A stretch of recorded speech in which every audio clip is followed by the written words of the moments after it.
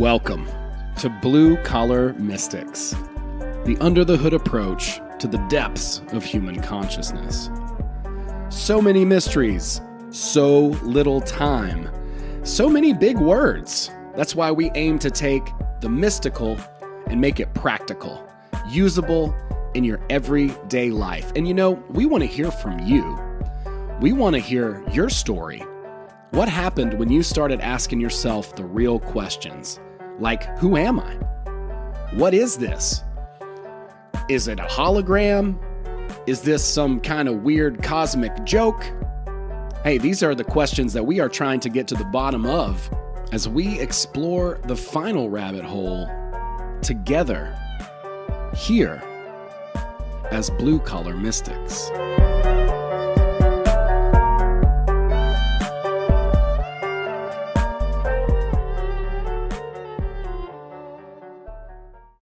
What's up, everybody out there? Blue Collar Mystics, happy 8/08. It is 8/8 at 8 p.m. We got the syncing numbers. It's really exciting, and we are live on YouTube, in our Facebook group, and on Rockfin. And also, you know, we will also be distributed, thanks to our good friends at Content Safe, to all these other platforms as well: BitChute, Minds, Float, Odyssey, Gab TV. We're even annoying the Christians. It's the best.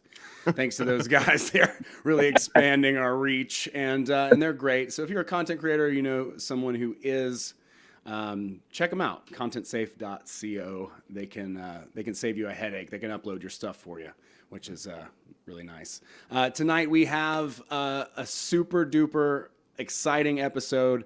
I couldn't be really more thrilled about this one because it just keeps getting deeper. The more we keep talking and digging, the deeper that we get. And this is something that is really close to my heart too, just trying to share information with people to help them, have control over their own mind and understand how they might be being manipulated, influenced, etc., and having a little bit of information for that. So we're going to talk about that. If you haven't been following this series along, then I do recommend going to the beginning, but you don't have to check this out. This is really it's episodic what we're doing, and what we're doing tonight is we're really diving deep into some self-defense, some Illuminati self-defense, coined by Thomas Gorence, who's joined us several times. Welcome again from Paranoid American, Thomas, to the podcast. Hey, everybody. Yeah, this is the coined Illuminati mind control self-defense course. Yes, which is beautifully named. If you're not familiar with Thomas's work, check out paranoidamerican.com. He creates comics, and he is a researcher. He's looked into a lot of this occult mystery stuff, so we've had a lot to nerd out about, and it's been really, really fun. Also joining us, I'm not even sure where you are. You're kind of like you're like shape-shifting into different locations all the time. Mr. James Thomas, Admiral Hits, welcome to the show, my friend. Thanks. I just flew into Denver just a couple hours ago, and literally just finished dinner and ran up into my friend's broom closet. I got this awesome vacuum cleaner right here, no place to put, and it's my holy shit handle for all the information Thomas is going to lay on us. That's awesome. And so yeah, I'm at a friend's house from college, and he hooked me up with some private tickets, which is my favorite band in the whole world, and came out here to celebrate my birthday at Red Rocks for the 25th anniversary celebration of South Park, and yeah, I'm gonna get a little weird in the mountains there, but yeah, man, things have been going really, really amazing. I just gonged a nurse's picnic 3 days ago, and yeah, took the gongs to a place, non-party environment, and as expected, everybody received it really well. And out of all the questionnaires, I got a 76% rated it a 10 out of 30 people who took the questionnaire. So, so exactly where I thought I would be, and just tinkering around, trying to make it all work. Dude, that is great news. Congratulations. Happy to hear it. Yeah. And Hell yeah, man. Gong the shit out of him out there, bro. Yeah. He's out there to gong the planet, man. That's his mission. He's going to do it. And we're going to watch it happen. It's going to be fucking amazing. All right, cool. There's a comic in there somewhere, like a Johnny Apple Gong or something. Well, there's definitely going to be some kind of cartoon in the near future. It's going to find the animator who wants to put the work in. Yeah, let me know when you find him, man. Well, it might be me at 3 a.m. when I get bored. Just on a warpath, just drawing pictures on the back of a Far Side calendar. I mean, that's how Mike Judge started, Seth MacFarlane, Matt Groening. It was all pretty much like, no one else will do this. I might as well do it. And I guess I'll do the voice too, everything. Necessity is the mother of invention, they say. And I'm excited though. This is going to be really cool. I've seen some of your notes. I wanted to mention one book if people aren't familiar with it, just to set a little bit of some frame, because coming at people with love and understanding, but also saying, hey, listen, there are a lot of ways to trick and manipulate people. I'm one of those who's pretty gullible, so I've had to learn some of these lessons the hard way, and I'm sure I'm still learning a lot of them, but I'm excited to explore more into it.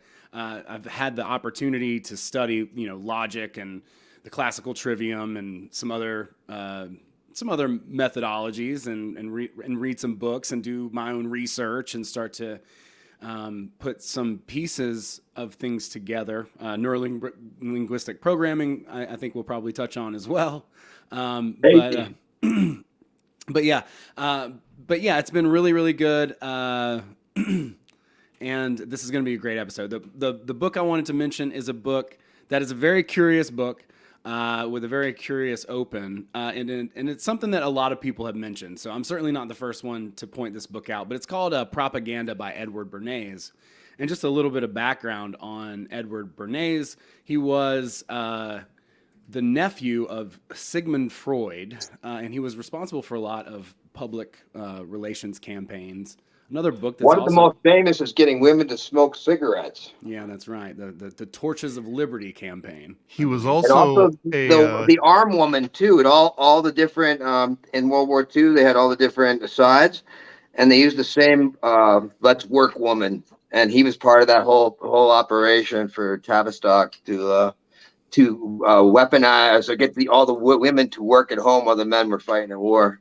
You'll find him connected to so many different little rabbit holes, man. He was sort of indirect friends with Gordon Robert Wasson, who's the one that sort of brought modern psychedelics to Western culture through Time magazine, through Henry Which is the precursor to MK Ultra. Correct. And he was also one of the names that was in the circle of the many different names that comes up in the Warren Report. He was within those same circles. So there's a little bit of JFK in there.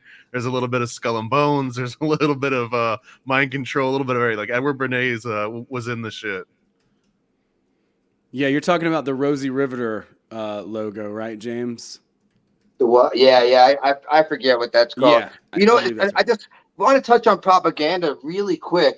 And so one of the things that people don't get with video is when you see some video and it's convincing, it is literally the best presentation that you've seen to that point.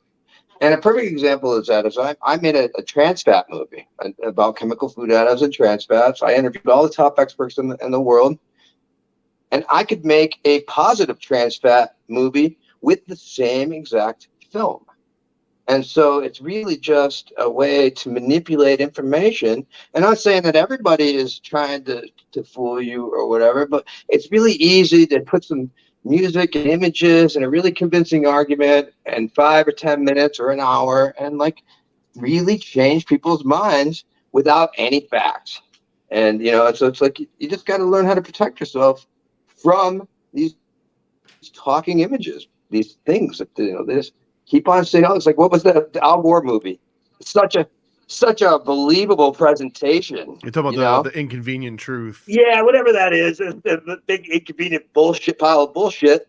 But you know, it's like when you have a convincing argument with emotion, it's going to be easy to convince people, and you know, it's like not all these presentations are the best. Well, when I was at Disney for almost 10 years, I got a chance to do a little, like, wear a lot of different hats, and one of those was editing clips for reality shows that would be comprised and, you know, turn, like, you would take 6 or 8 hours of raw footage and then consolidate it down to 20 minutes, whatever. And one of the things that we would do for fun is there was like a show about, it was just like a benign show about fishing, right? Like how to go out and fish off like a certain dock and catch certain fish. But there was a way that if you could like fade things to black and play like really sad piano music right after someone's like, and that's when John went down to the beach, and you fade to black with like sad piano, and just the implication is that like John never came back home after that, you know. But it's so funny because you know, just depending on how you cut the video and what music you pair with it and where you insert your pauses and what you decide to show and not show and emphasize on, like there was a quote that I'm going to butcher, but I want to say that it was like an Albert Einstein quote or something, but it was along the lines of, don't just pay attention to like what's in the news and what they're talking about, but pay just as much attention to what's being left out of the news. Like, what do you know that's actually going on right now that's not being covered in outlets? That in itself speaks just as much as, you know, the greatest rhetoric of like trying to frame an argument. If they just don't even put any of the arguments out there, there might be a reason for that, because there's not like that, like they haven't cut that perfect documentary spin yet, so they're just gonna like sit that one on the shelf until there's like a nice dialogue. They don't even have to do that. They could just tell you about Amber Heard and Johnny Depp while all this other important stuff is. Oh, is there an going update? on, what else you is know? going on? What else is going on? Nobody's raping and enslaving children, but let's see what's going on in Johnny Depp's house. Did she pee the bed this time, or what? What happened? I'm pretty sure she said some mean things that hurt his feelings. Well, I hope they'll be all right. Yeah. So there's a lot. I would say, you know, to kind of just piggyback on that. Yeah, not everybody's out to get us, but everyone has an agenda. Everyone, and that's unavoidable. We all have a goal to survive and thrive, and so, you know, we're all gonna create our own layers of the world. Some are gonna attempt to use leverage in order to gain more energy, I guess, and others maybe less. So, you know, when we think about this, some people may be doing things unintended as well as intended, but and I think they kind of start to overlap, and the momentum itself starts to carry, right? And so that's what a pendulum is. We talk a lot about that. Mm-hmm. But I just want to just real quick just read the first little part, and I won't bore you guys with more stuff.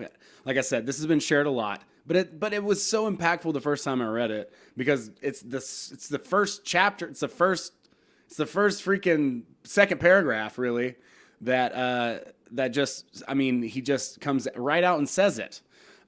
He says, the conscious and intelligent manipulation of the organized habits and opinions of the masses is an important element in democratic society. Those who manipulate this unseen mechanism of society constitute an invisible government, which is the true ruling power of our country. We are governed, our minds molded, our tastes formed, our ideas suggested, largely by men we have never heard of. Okay, I'll just stop right there. I think that's more than enough. But just to set the stage, like, this comes out in 1926 or 24, I'm not real sure. Public Opinion by Walter Lippmann is also a super influential book around the same time. And those both come out and talking about this. There's lots of speculations on, you know, a lot of the reasoning why people are so interested in this. Some say it's to sell cheap crap, which is possible, plausible. Others would say it's to, you know, push an intended agenda. So regardless, what's really, I think, the most important for us to highlight and focus on during this chat is, you know, what those tools are, how they're being leveled against us, or in order to benefit other people, whatever, and how we can, you know, defend ourselves from those Illuminati techniques, you know, like the secret sauce, and I think that's why we've got I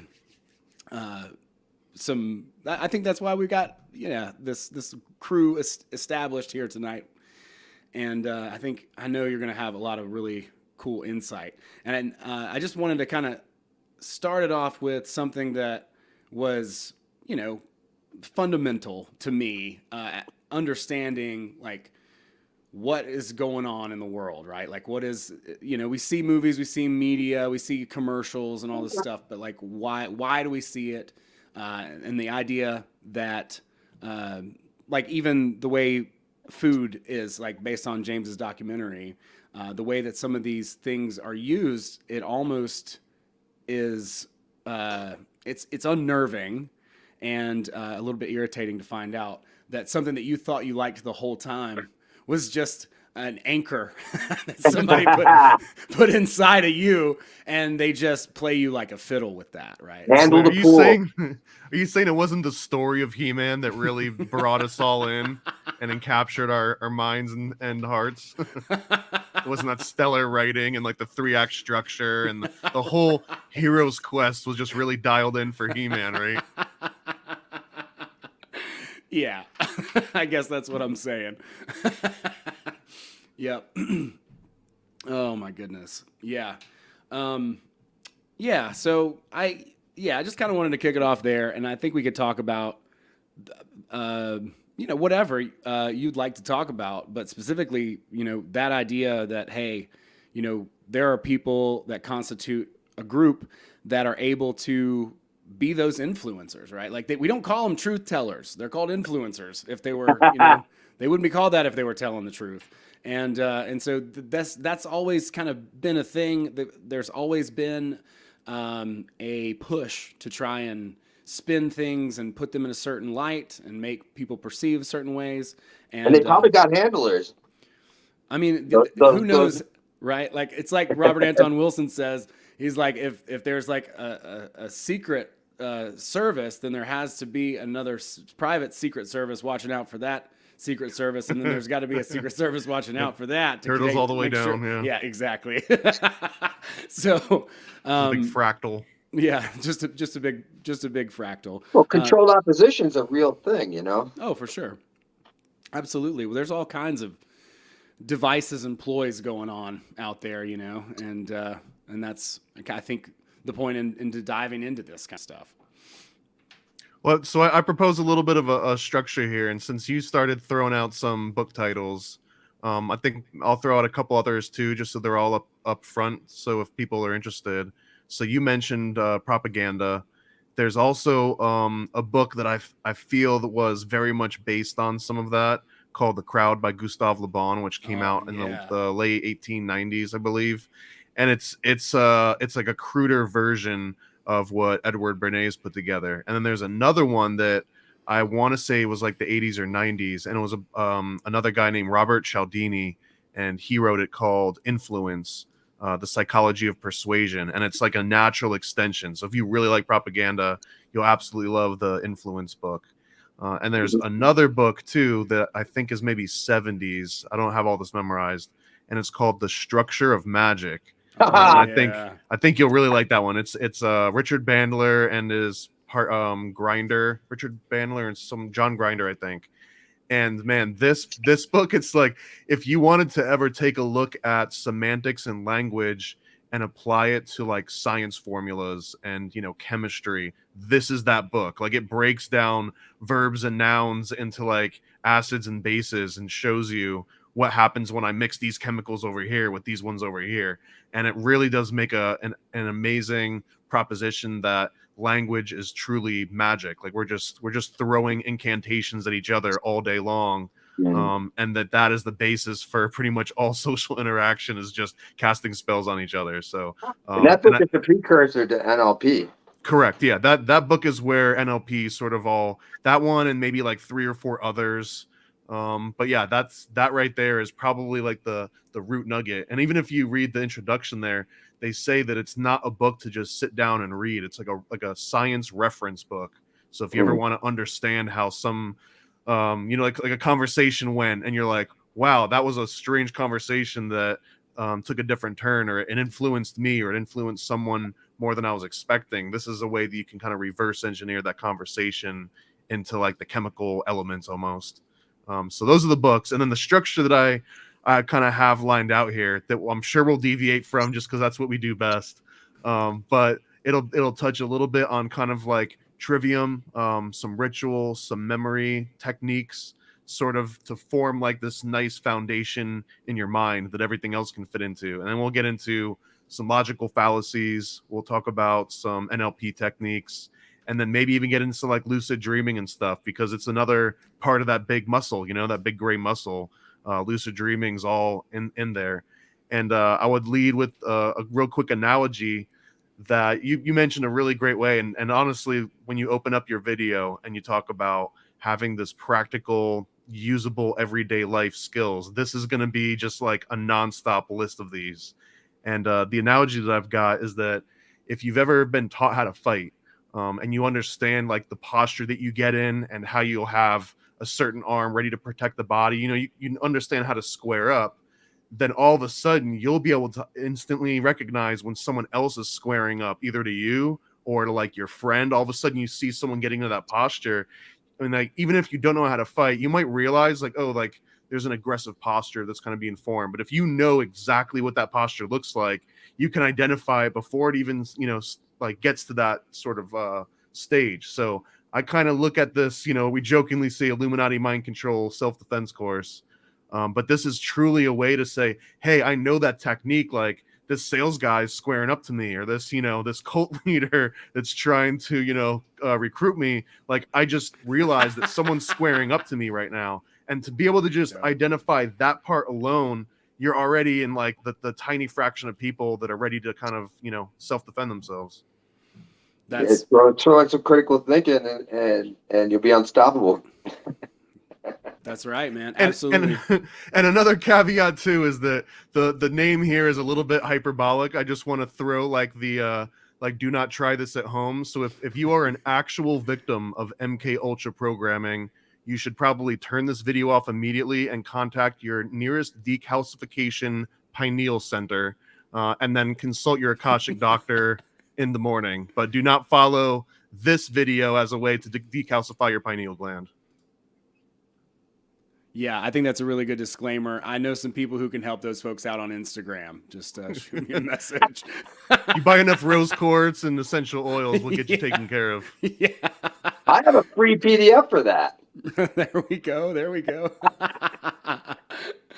Awesome. Yeah, that's great. That's a perfect way to start. I think that's framed really well. I love the idea of like, you'll be able to know, because it's true because like, I understand, whatever it is that you're studying, like for comedy, for instance, there's a very clear joke structure.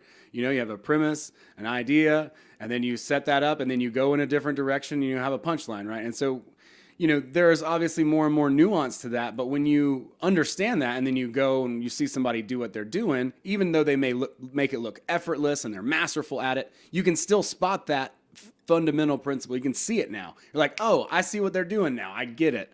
And so I love that idea for this, where we can, start to notice some of the little tips and tricks and things that gurus and yahoos and people do to kind of mess with people. There's a lot of we get to look at it from some more fun and interesting angles, at least. Like, so as like fiction writers, for example, myself and James, right? And then Bootsy, you work on your stand-up routine and jokes. Like, these are such perfect examples of where you can apply grammar, logic, and rhetoric and twist them into your own meanings for entertainment on the sleeve, right? Like, a lot of it's not being subjective and trying to be sneaky. Almost every other sort of use case of knowing about these tactics and using them is like political speech, or like cutting those documentaries, or being like salesmen. So in almost every other angle that you can kind of like flex these muscles, it's almost like why are you doing that? It's a little bit scummy. Like, you're probably selling someone a car, you're probably selling someone something they don't need. Yeah, like you're kind of desperate. Desperation is a stinky cologne, and you can kind of spot it from a mile away. And these are a lot. I think if you're the type of person that, I don't know. Okay, so I want to be careful here, because it's like, I'm curious. I want to know. I'm interested in behavior and how people can do different things. But I mean, if you're the type of person who's gonna learn some technique to like, get something from somebody else, then I mean, already you're coming at it with, I I don't know, just I I don't know. Like I'm not saying what I want to say, but the type of person that would do that is probably going to have not very much of a poker face. I'll just say that it's probably going to be obvious, at least most of the time, that they're doing something to you. But the more that you can point out what those things are, the more you'll be able to see it, and the more obvious. Again, if you've only ever played online poker, though, you might not even know what a poker face is when you see it, you know, or the lack of one. That's a really good point. Yep. So just becoming aware of it in the moment, you know, and that actually, like, time slows down too. You have like more of a reaction time, and you'll be able to process whatever is happening in the situation around you. What's like a tell, right? Mm-hmm. So I mean, even the best people have their tells to what their actual behavior and you know. So all good poker players look for that one thing, that one tick, one behavior that kind of lets the truth out, right? And there's probably a really direct connection between that poker face and poker playing and a technique called cold reading. And cold reading is, you know, if everyone's ever had to do cold calling before, it's sort of a version of that where you just meet a stranger, they've got no context, they're not sold on you in any way, and all of a sudden you just got to start pitching them an idea or a product or a something. Or one of my favorite examples where those TV shows in the late 90s where it would be like this big audience and like someone that said that they could talk to the dead, and they would just be like, you know, I'm getting a Michael, and they'd wait for someone to raise their hand like, oh, my dad's name was Michael, and they would kind of like gravitate towards that person and start like like communicating with the dead. A lot of that cold reading stuff falls under this exact same line where you're not necessarily looking for a poker tell, but you're looking for, oh, when I say this kind of thing, or I make you feel like I'm reaching out and I'm connecting with a certain person, I can see that, you know, the blood rushes to their face, or maybe they look in a certain direction and they start breathing differently. Like all of these are indications of, okay, if I keep steering in that direction, I'll keep getting more of what I'm looking for. And if you notice, it's just a constant calibration. Oh, I said this thing, and now their arms are crossed, indicating they're maybe a little bit less receptive to what I'm saying. And it's just constantly, okay, let me recalibrate that and lean back over to this, you know, this other line of reasoning that I was going down. And that whole concept of it, it sounds like a lot of work, but like you were saying too, Bootsy, is that like I understand what you were getting at, and it's essentially what's the motivation of this person for doing what they're doing. Yeah. But to me, this is such a gray area, because what if you're just naturally good at this and you don't have to sit down and practice it? Like, you've just got natural charisma, right? Sure. What's the difference between someone with natural charisma that goes and just starts a cult following versus someone that sits down and says, I want a cult following. How do I get it? Okay, let me learn how to get charisma. Okay, let me use that charisma to gain that cult following. I mean, if the end result is identical, it's hard for me to be like, well, the guy that had natural ability, he's absolved of any guilt because he didn't know what he was doing, versus the guy that did know. Like, if they're both, you know, making cults, then they're both cult leaders. So it's not like a huge difference in that regard. Yeah. And what I'm getting at too is definitely that intention. Because I mean, obviously you have to, there's nothing wrong with learning things. There's nothing wrong with learning sales and learning, you know, how to persuade and how to speak and how to use rhetoric. The thing that also will teach you too is when other people are, you know, doing the same sort of stuff. It's kind of like if everybody has the same information, you know, we're all even. We all kind of have the same, you know, bearing of what's going on. Whereas if someone else has a reference point, you know, we were talking about the Illuminati stuff in the past couple of episodes. If someone else, you know, understands all of this stuff, and then we don't have the tools to be able to witness it or point it out or, you know, notice it when it happens, then they're definitely at some sort of an advantage. So, you know, in order to truly do good, you kind of have to study evil, I guess, a little bit, or at least understand if, you know, that's a metaphor, obviously, but, you know, yeah, it really is about the intention. So, I mean, I think what's cool about this is we're saying practically here's a lot of the things that people are going to do to try and accomplish their agenda. And so, I think there's definitely a lot of gray areas, and we could descend into the moral debate and philosophical debate for probably hours and hours and hours. So I don't want to. But identification really is the main key component, and this is like where fallacies come into play, because you can identify that someone is being deceiving, but what are their intentions? Because if your mom says, put your jacket on because I said so, that's an appeal to authority.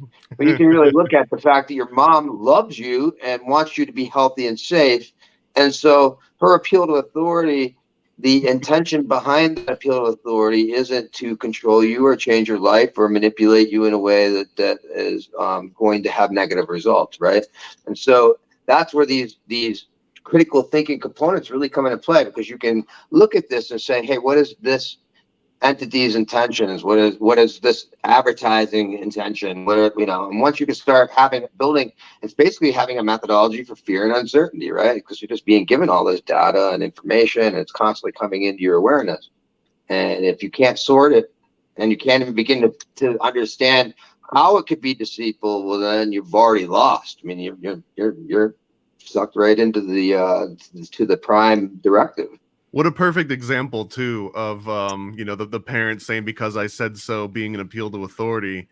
And a good point too is that these logical fallacies predate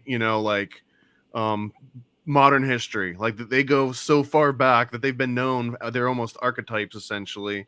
And the reason why they go so far back is because they're so damn effective. Like the appeal to authority isn't something where it's like, aha, gotcha, now you can't get me anymore. Like this is like, do this thing because all the experts say to do this thing. There's your appeal to authority. There's so many versions of it, and it's so damn effective that if you don't already realize it and know that that's a logical fallacy, and like you said, James, like what's the intent of the authority figure behind this, or more accurately, whoever's making this statement and appealing to that authority, what's that person's intent? Because it might not be aligned with the actual authority that they're citing, but the fact that this is, this appeal to authority is a tactic to identify, but it's also if you're trying to get your kids to go to bed or get your kids to do something, or someone that's unaware of this higher level logical fallacy thinking, then these are things that are very easily employed in just you trying to make a really strong case for something. Yeah, same thing goes for appeal to antiquity, right? We've been in business since 1918. It's how it's always been done. Yeah, but like that doesn't mean that someone who made a business yesterday isn't going to outperform and have better information, right? And so it's an appeal that's manipulating you, right? And so what's the goal? Well, the goal is for this particular company to hold their market share, right? And so once you start analyzing what these things are, and then you're able to see, okay, well, what is the motivating factors? And again, you go back to the appeal authority. Mom wants me to be safe. Mom doesn't want me to have a cold and baby me in bed, right? And so she wants you to she's babied you your whole life, right? She's had to deal with you being sick. So she's going to pull the mom card in that situation. And Mom doesn't want me to know how fun that Walmart parking lot is at 3 a.m. though. Like she's trying to hide that. Yeah, exactly. There's like a carnival going on there after hours. I know it. But and I wanted to point out too that a lot of these logical fallacies are like the root DNA of so many other things that are going to come up later in this conversation, and a lot of them too lean on each other. And very rarely will you just see one specific logical fallacy being thrown at you. It's going to be a whole kind of smorgasbord of them, because it's also a little bit of a numbers game of rhetoric of let me just throw as many convincing arguments at something until something sticks. And even that in itself of let me throw a whole bunch of stuff is another logical fallacy called a gish gallop. And that's where you just like unload nonstop information and facts at someone if you've ever been on like a Reddit thread or like a social media thread, and it's about a very specific subject, and then someone will come in and they'll post like 20 links that are all like on the surface related to this thing, and they all supposedly back up a certain point of view. Someone would be like, oh, this guy that you're talking about is an asshole. Here's 20 articles that are proving it. This also is a form of gish gallop, because it's like now in order to advance the conversation, you're going to have to sit there and like read and refute 20 different things to the point where now the energy and the momentum in that conversation, that thread of debate, has just dissipated. It's like, throwing a bunch of ice into boiling water. It just kind of like steams all out in all different directions, and there's nothing left there. But I was going to mention too that appeal to antiquity is a good example of something that kind of blends into like a sunken cost fallacy. And a sunken cost fallacy, again, if you're talking about it in terms of like corporate and business, it's like, we've gotten this project 80% of the way done, and we've put $2 million into it. Let's just get the next 20% done. Otherwise, everything else has been a waste. Well, technically, everything else could still remain a waste in addition to that other 20% you're going to throw at it. This is the concept of like, don't throw bad money after good money, or don't throw good money after bad money, rather. Right. So this is another example too, though, of something that you might tell yourself. So sometimes you have to realize when you're telling yourself a sunken cost fallacy. Like, I've been at this company for 9 years. I might as well tough it out for another year, get to that 10 years, because, maybe they've been treating me like shit for the first 9, but that last year is going to be the one that changes course. Like, these are all versions of sunken cost. Yeah, that can keep you trapped in an infinite loop of unsatisfactory. I learned about the sunken cost fallacy only really recently. Like, but I had repeated that cycle so many times. You know what I mean? Just like hanging on to it's stuff. Effective, man. And again, if it's not you identifying, oh man, I'm getting caught in a loop, but if you were over someone and you were like, hey, don't. Like, we can't stop this podcast series on Illuminati. Like, we got it, bro. We're already 5 in. We got to at least go to another 10 or 20. Otherwise, right. It's all bad. Like, but it's all it's a convincing argument. It really, really is. Especially if you're talking to someone that has literally invested time and money into something, they're the target audience for this kind of a rhetoric. Well, it's also the same thing with like bad relationships, right? The sunken. Yeah. Like, I've made it this far, and all that time will have been wasted if I don't keep on trying to make this work, right? And it goes for anything with finances, energy.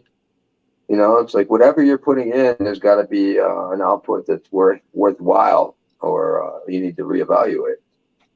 So that one's a really an important one to identify, because, like, I guess, Bootsy, like you were mentioning, if you didn't know what it was and then all of a sudden you understand the concept, you'll be able to just detect it in so many different facets of life. Another really, really obvious one, and it's probably the one that most people could identify immediately, is ad hominem. And I feel like we just need to bring it up because it is the absolute most common. And you might hear like, oh, ad hominem on like some online debate, but literally like saying that, which is so funny, is itself almost an ad hominem, because what you're doing is you're changing the focus of an argument and you're pointing at Bootsy. It's like, calling, like, if I was like, oh, of course you'd say that, you're a fucking Nazi, or like, that's something that a Nazi would say. Well, now all of a sudden you're framing it in that anyone that agrees with you is also this horrible, detestable Nazi person. Well, there's also a lot of levels to that. It ain't just necessarily trying to make it's like, it's just a way to convince people it's attacking the arguer and not the argument. Right. That's right? a literal translation. Whatever you think, it's like, if somebody has done something bad, that doesn't necessarily mean that the facts of this particular topic are wrong. It just means that now you're now changing the focus to point at the perception of morality towards this person and not their argument anymore. When right. the fact Imagine of the matter like Hitler came out and started talking about like unconditional love. It's like, hey, this guy's got a point now, and literally ad hominem loosely translates to against the person or against the man, as opposed to against the argument. Yeah, you see that so often, especially in political debates. I mean, any political debate, it's because you did this and you did that. It's like, or this person is associated with this, as you said, and so therefore, everyone else who associates with them is also associated with that. It's a really easy. The one I hear the most is probably Ayn Rand, like hipsters that hate Ayn Rand. First of all, like you don't have to like the person for them to be right. It's like a broken clock is also still right twice a day. So she's also a perfect example of another one that's a little bit lesser known, and it's called The Appeal to Hypocrisy. And this is where it's like, well, the thing that you're saying now can't possibly be true because you don't follow your own advice. It would be like a meat eater making a really good case for veganism, and someone being like, well, how good could your point be because I've seen you eat a steak the other day. Like, honestly, in a really good and healthy debate, though, a good debate person will understand how to take the position that they don't personally hold. If someone says, like, you go ahead and debate the pros and cons of, the pros of meat to me, and I'll debate the cons of meat. Like, we might be on opposite ends of the spectrum, but you should still be able to put together a really solid argument either way. Mm-hmm. Yeah, I love that too. I love that. I looked into arguing, and that's the sunken cost and so many other things. Like, there's a great book called the Art of it's called Thank You for Arguing is what it's called, and he talks about argument is not the same as fighting, right? Like, argument is supposed to be, and what is the point of having a debate or an argument? There's a different reason why you would do one of those things. If you're having an argument, it's because you want a certain thing from someone. So that's what he says. So, like, there are counterintuitive things like agreeing with your adversary or whatever, because, like, if you are in bed, let's say, and you're on the top bunk and I'm on the bottom and we want the light off, who's going to get up to turn that light off? Well, that's now an argument between you and I, because neither one of us wants to get out of bed. Well, of course you'd say that, you Nazi. Well, You know who else didn't like the lights on in bunk beds? Yeah, I think it was Stalin. But he frames it like that, and so it's a good book. It's written like super easy to read, I really like that book. Just kind of getting into that because I was trying to think of like debating two sides of a thing, because we all do that in our heads, right? We have that. That kind of happens where we go back and forth about this thing, and what about this, or what about that? Well, and that in itself is another logical fallacy of a false dilemma, or of options, right? Of limited options, where it's either with or against us, or I have to go with option A, otherwise I have to do option B.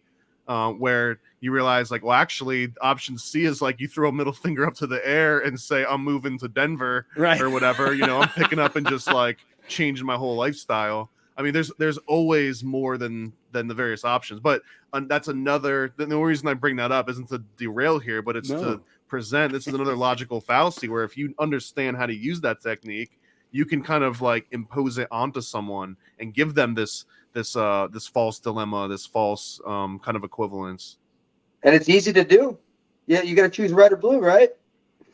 But one of the other things that's important to argumentation, and that people don't talk about, is defining your terms. A lot of times we just assume that you know what I'm talking about, and you assume that I know what I'm talking about. But real argumentation comes with us defining the terms that we're going to be discussing, and then making sure that we both agree on those terms, as to make sure that the argument moves forward in a very productive way. That's a great idea. All of our arguments don't work in social media and everything else, because everybody is operating from different definitions. And this is why law gets broken down so finite, as they literally in every law define all the words in that law, so that it ain't open for interpretation, or as the interpretation could be limited as much as possible to what it is they're trying to express. So, a lot of people will get into argumentation, but there will be no defining of terms, and there will be plenty of false dilemmas and ad hominems. And this is why argumentation then it gets that bad rap of powerful conflict, and not what it actually is, which is us finding the truth, or getting to a point of finding that truth, of like resolving and agreeing on something. Yeah, I agree with you, and I think that's one of the biggest things too, because You know, there's just buzzwords that abound that people throw around, and it gets more and more confusing. But it's like if I showed you a picture of like a, I don't know, like a blue turtle, and then I showed you a picture of like a pink elephant, and I told you that both that those were the same thing, and then you had to talk about, you know, whatever that thing was, like a whole, then you would have no way to understand the. What was the CNN commercial? Was like, this is a banana. This is not an apple. Yeah, exactly. Well, that's a much better metaphor too. Like, I give you a picture. You hold an apple, you hold a banana, and then I tell you this, it's the same fruit. And then you guys would talk about how you would completely perceive it even more differently. And I believe we all perceive. There's that whole elephant metaphor where the four blind men, you know, are touching the elephant and Touching a different part of the elephant. Yeah, the different parts. And so they try to come. Which part are you touching on? I just want to give the elephant a big hug. That's it. Okay. Nothing else. But yeah, I mean, they're all talking. They're all touching a different part of the elephant, and then when they try to explain it to each other, it gets completely lost in translation. So I think that is a really good point, James, and that's something that I think we need to be more just on top of and aware of when we're having chats and debates, and when we start to do that kind of stuff, because, you know, certain words are trigger words for some people, and then on the other side, if they're polarized on the other side, then they're like a good thing, you know. So it's just, yeah, it's a big mess in a lot of ways. Don't also forget too what role emotion plays in these rhetoric and the rhetoric that's used for fallacies. You know, it's like a new politician talking to a war-ravaged zone could talk about the things that are going to emotionally move all those people and coerce them into doing what they want. You know, it's like emotion is one of the prime factors in logical fallacies, is to get you emotional. I mean, rhetoric is about attacking your emotional centers and on top of that, rhetoric is specifically about, if we extend that, it's about attacking the emotional centers of the audience in front of you right now. Yeah, so exactly. Rhetoric is having you constantly calibrate what you're saying and how you're saying it, depending. You're a DJ at the crowd, yeah. Right? Like if you realize you just put on that track and like people are leaving the dance floor, you better realize like it's time to put on a higher BPM and mix in some newer stuff to get people back out and dancing. It's almost exactly the same with rhetoric. It's this living conversation that you're having with the audience. Certainly. So I wanted to bring out I already mentioned Gish Gallop, which is probably my favorite. That's the funniest. That's the funniest word I've ever heard. I've never heard that before. Gish Gallop. Are you Gish Galloping me? And Gish Gallop is fun to say because it's an alliteration, and an alliteration is a rhetorical device. So there, some of these fallacies we can start to transition into rhetorical devices, which are in like kind of an adjacent category. But Gish Gallop being fun to say is the same reason why certain companies might kind of attract you more so than others. Best Buy, like TikTok, anything that kind of has this thing that's fun and easy to say. Coca-Cola, they're memorable. They can kind of become little like earwigs in your mind. And if you know how to use that for your own business or for your own, just making an argument with someone, if you can drop some of these words and phrases that are fun to say and easy to repeat that might kind of reverberate, organic, then you're a step ahead. What was your example? Organic. Yeah, let's spend $80-100 million and change what the definition of organic is, and then we can just keep on telling you how awesome organic is, and it's just a solution for the shitty shit we have over here. But the solution isn't any good. But if they make it sound fun to say, then all of a sudden it's a good thing, right? You just put a K on the end, and then all the people who are into woo-woo stuff will be, ooh, it's organic. Oh. I mean, woo-woo. There you go. There's a nice little alliteration for you. Yeah, woo-woo. That's definitely an alliteration. One of my other favorite ones, just because it's almost like a punch, like they're all just punchlines left and right, but a loaded question is where you ask someone a question that's phrased in a way that there's no way you can answer it Are you still without beating your admitting to wife? something. That's the best one. You still beating your Like, dog? or hey, how hard do you find it to hide your incompetence from everybody? Like that one's like, oh no, it's easy, or it's hard, or like you can't answer that, right? Or there's some more Oh, subtle there's ways ones to too, answer though. it, but you have to attack. You literally have to attack. There's no answer to that. You have to completely come back with your own like big swing, right? You You have to still make you it. still with that ugly wife of yours? Like that's Yeah. another one, right? Like there's no way you can't answer that without an Savage. attack. Are you still robbing banks? Yeah. Savage. But some other subtle ones too, like what's wrong? That one is a very subtle version of this loaded question, because just by answering it, it's almost implying that there is something. And if you say nothing, then it's like, what's the most stereotypical way to say there's something wrong?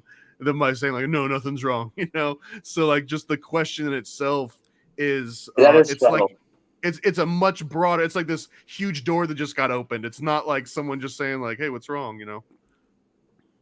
Yep. And then my final favorite one outside of Gish Gallop, which I love to say, Gish Gallop, Gish Gallop. Say it But the one more no time. Gish Gallop, yeah. But the no true Scotsman is a fun one, and this one is essentially like oh well, you know, no Christian would have ever done that, and someone gives you an example of like, oh, here's an example of a Christian doing that, and you're like, oh well, I meant no true Christian would have ever done that. It's where you make a statement that someone can easily refute, and then instead of accepting that the premise was false, you walk back and redefine that statement to even more and You more double down. specificity. Well, and you keep redefining it in a way that no one could ever really like pin you down, because it's I think the original example is like no Scotsman would ever put sugar in their porridge, or no Scotsman would ever eat porridge for breakfast. And someone's like, hey, there's a Scotsman over there eating porridge right now. Like, oh, well, no true Scotsman would ever eat porridge. Like, it's just this way to constantly keep pushing the goalposts out. But you'll see this one happen constantly in all sorts of benign conversations of all different, you know, levels. Like this one is the one that happens the most, I feel, that goes unnoticed unless you know what you're looking for. Yeah, there's a lot of different techniques, you know. Would you call it sophistry? Just basically like some of these conny sort of ideas, or what? I mean, Steve Martin in his comedy masterclass tells you study logical fallacies, because they're great. You know, they're great to understand. They're through for There's humor. conflicts, always conflicts, it's right? great. Yeah, well, I mean, you say something and then there's an argument that's unexpected or doesn't make sense, or well, and that's the basis for comedy, right? Is just subverting expectations. So every single logical fallacy, if you can say it in a way that the audience knows that it's a logical fallacy without sitting them down and giving them like a long, boring, synopsis on the whole, like kind of what we're doing a little bit here. But like, if you can put it in a joke where it's self-evident, then it's all of a sudden it's the funniest thing in the world. Contrast. You set it up and do the exact opposite, right? Yeah. Honestly, stand-up comedy is probably one of the absolute best examples of all the different things that we can keep covering here. It's because it does it in a way where you're not trying to sell me something, you're just trying to change my point of view. Right. And that's really what I mean. If we had to boil down the whole entire self-defense course here that we're kind of jokingly going about, but it's that if you can look at things like a stand-up comedian, like this horrible thing that's going on in your life that's affecting you and it should be making you depressed, but if you've got a nugget back there that's like, how can I write a funny joke about this? Like that in itself will take you out of all that moment and let you observe it from almost like a decoupled state. Now, it might not always be healthy to constantly be saying like, like what's the funny version of this when like, your life is falling apart, but it's a very actually good it's even practice. better. Yeah, but I mean it's a muscle that you're flexing. I mean it's again like you don't go to the gym and just only work out your right bicep and that's the only thing you ever work out. I mean you could, but it's probably not gonna get you anywhere. It's the same kind of thing here. You don't just make a joke every time, which I'd call NLP reframing in some ways. But to know how to do it is a great technique to have in your toolbox. I think, yeah. And I think, again, it comes back to like your intention and what you want to do. Like if you want to avoid the pain of what happened, then you can make a joke and you can very unhealthily deal with it. you can also embrace it and make a joke about it, and that's just kind of like how different people deal with things. But I think one thing, and for me specifically, I don't think I would have been as honest if it wasn't for comedy. So I owe a lot to it, just with myself and like the process of that. But I think it's just the more that you can laugh at something, the less power it has over you. Absolutely. It just is that way. So if you can reframe it in a funny way and see it in a funny way, they say that comedy equals tragedy plus time. That's what they say. I think it's comedy equals tragedy plus tragedy, but what can I say? Maybe not in a boot camp in jail. Don't try the laughter to defeat tactic, but in other situations it might work. Exactly. Yeah. But yeah, so I think being able to reframe it and see it that way. And in that, I mean, like a lot of comedians, they can't wait for the next weird thing to happen because it gives them something to talk about, something to write about in their act. But I think just embracing the plight of, your own journey, your own hero's journey, it just elevates the entire experience anyway. So the more that you can enjoy that and look at it in a way that's pleasing to you, if that makes you laugh or if that just, however that makes you feel, the more present and the more you're going to be able to, navigate these situations, and the more sort of artillery you're going to have, to make the best decision you possibly can, so that you're not, just going along at whatever, some other whim. It's very, very much more of an objective perspective to try to look at the funny, see the funny in some sort of thing. And sometimes it's really hard. I'm not saying that it's easy, but it is a really beneficial practice. I do 1000% believe if you can laugh about something, the power of it is, Well, I mean, actually, it was like when I first started writing comedy, the first 60 pages were just me taking all my stuff and all my bullshit and making jokes about it. And I didn't realize it until after I was done, but having ability to laugh at all that trauma took away all its power. Right. And I totally tell everybody, try to find something funny about the things that you think are tragic in your life, because once you can start to laugh a little bit about it, it takes it all away. It really does take its power away, because, that shit only happened to you once. Anybody going to keep on hurting yourself over that one time? It's like, so you have to find a way to process that, and laughter and humor is a beautiful way to because I really think the universe, irony is the humor of the universe, right? It's the roofer with a leaky roof, or the mechanic with a car that don't run. That really tickles my funny bone, And yeah, humor changes everything. It really does. Because if you're taking everything too serious, it's like, and where are you going to go with that? Everything serious all the time. Yeah, you're not going to. Yeah, you're not going to be a good hang. That is what it is. Shannon says, "Is there a name for simply agreeing? Oh yeah, you're right, whatever." And I think that's actually a really powerful technique. Something I want to touch on just really quick is just you don't owe anybody a response. Like if somebody tries to, do one of those questions to you, like, "Oh yeah, are you still, I don't know. Like, you're still beating your... No, the best way, honestly, for almost every single logical fallacy, the second that it comes up and you identify it, the number one way to combat all of them is just to ask a clarifying question every single time. So if someone comes at you with, "Are you still beating your wife?" You just say, "Why do you say that?" Like you almost throw that the Socratic method at them until it kills them, to just constantly refine. And honestly, this is going to get into an NLP sort of, not just reframing, but I can't remember the exact name of it. It's breaking down statements into generalizations and deletions. And sorry, what's that? It's rephrase and repeat. So basically what happens is meta modeling. You make a statement, and then I rephrase and repeat it in a way, and then get you to realize that I've heard what you've said, but then I rephrase my question in a way that is beneficial to me to get you to where I want you to go. Yes, I've got some really good practical examples of this, and I guess I've heard it as meta modeling, and this is where you identify like someone has said something that leaves the door open for you to stick your foot in there. You know, it's like if you're the door-to-door salesman, this is the old lady that like opened the door, like, who's out there? It's like, all right, now if I can stick my foot in here, I've got a leeway into my pitch. So like a really great one, or a number of them. So there's three kind of categories within this meta modeling. One of them are distortions, and within distortions, something called a mind read. And a mind read is kind of what it says. It's where someone makes a statement that they could only really know if they like understood your mind and knew your intentions. And that's actually a really good red flag indicator that if someone claims to know someone else's intentions, immediate red flag that they've got a known or unknown bias or agenda of like what they're about to say next. But an example is like, you know, nobody likes me, or he doesn't like me.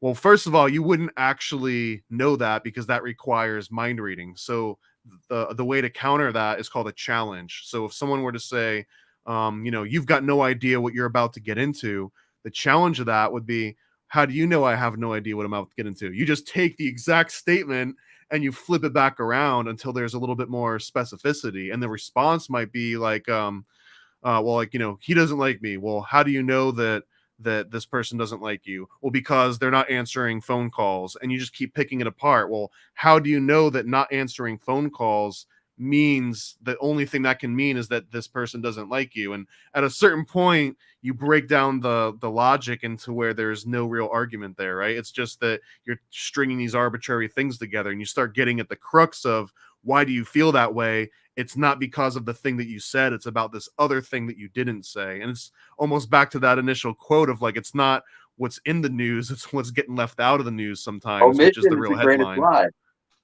But yeah, omission is the greatest lie. Exactly. That's George Orwell, I believe.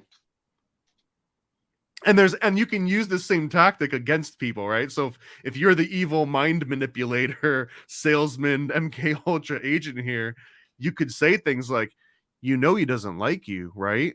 And then all of a sudden you've planted that seed. And if the other person doesn't think of the challenge at that moment, that can almost become like this mantra in the back of their mind, you know? You can just plant things like spellcasting, yeah, spellcasting, and not just that, but that's also an example of something called an embedded command, which is a really fun aspect of NLP. Where if I said, you know that blank, right? Well, I'm saying, like, if I'm talking to you directly, James, I just said, James, you know blank, and that if you hear that and then internalize it and repeat it to yourself, I know blank, you're actually just told yourself something that might not have been true. I said, you know that chocolate's the best flavor ever, and you hearing that and repeating it to yourself has the chance of you all of a sudden taking that position just by the matter of like saying it to yourself, which is a very, very sort of strong tactic. Again, if you pair that with like the Gish Gallop, I'm just going to say that as much as I can. But if I've dumped like 20 things on you, this is a cool like a tactic that people use for stage magic, where they'll overwhelm the person. They'll have someone get on stage, like a magician or something, and automatically they're thrown off because of the sensory overload of having like the audience in front of them in the light.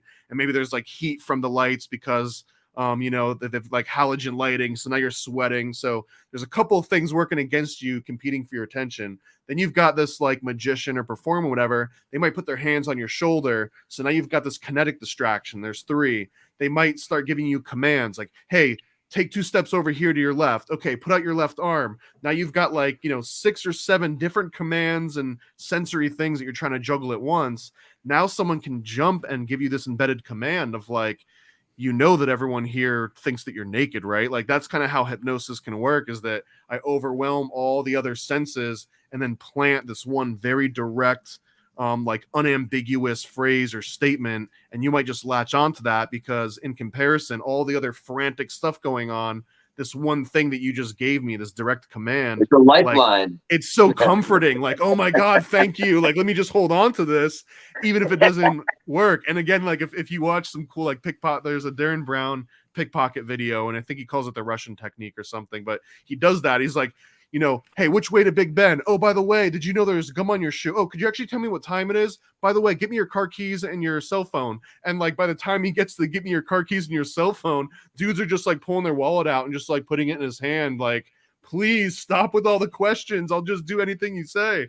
But this again, it's like this a documentary is a great example where they just dump a whole bunch of like scary sounding facty things at you and then present just like this very generic, and if everyone just, you know, if everyone just makes their own soap, then all of this will go away.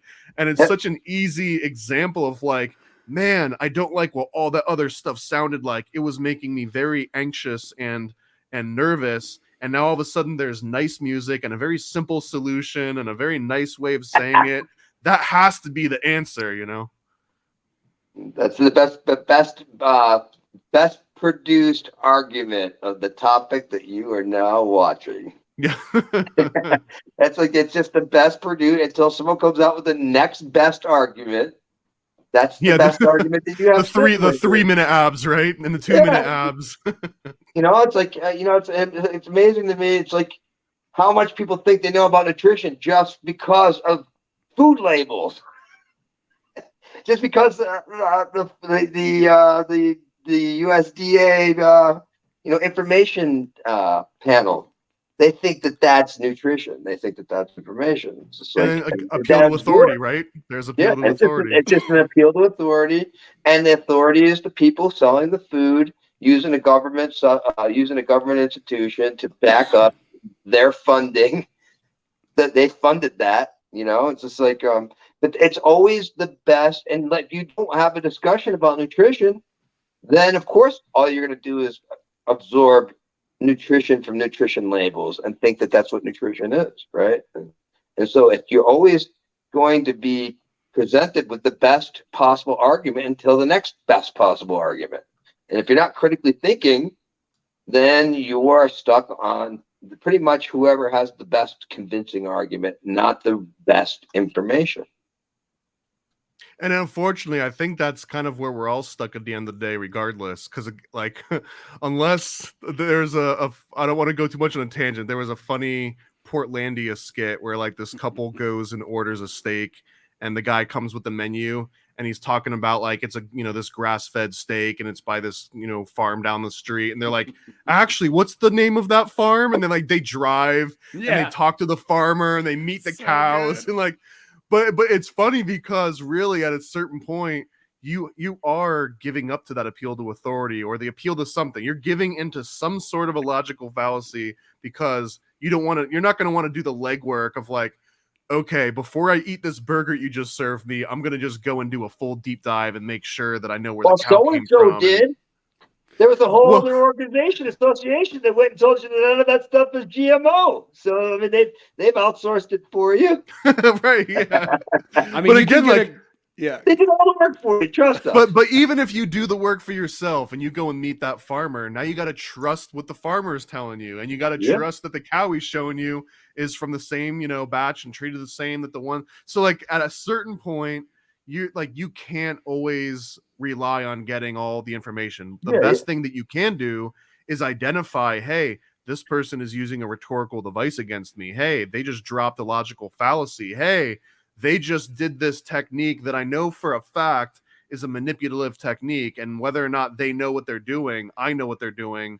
Therefore, it's like square up, you know, put your sort of blocking arm up so that when you see that punch coming, you know how to like block it a little bit. I think that's the best thing that you can do. Again, it's just like if you go down a busy street, you know, in the middle of a city, you don't know that every person there isn't coming at you with like a flying fist, but you can assume that not everyone out is out to get you, but you want to keep your eye out to like see if someone's running at you. Yeah, I think that's right. Yeah, like you can get a good look at a butcher's ass if you stick your head up in there. But wait. I think I messed that up. Hey, he fucked it up too. That's good. Nice work. You got to wait to the end of the podcast to get it right, though. That's right. That's right. No, but yeah, man. Exactly. It's you know, at a certain point, you know, I love that Portlandia sketch. I believe that's the very opening one, and it bookends at the end of that episode. Like they go out, they join the cult of the farm. Oh, that's right. Yeah. And then they come back, and I mean, this is an old show, so I hope I'm not ruining it. But like, then they come back, and then they sit back down at the table at the end of the episode, and they're like, "So, tell us about the salmon." They're like, we don't want the chicken. We want to tell us about the salmon now. That is like such a brilliant sketch, and that's I love that you use that as a point, because at a certain point we have to trust something, and it I guess it But does.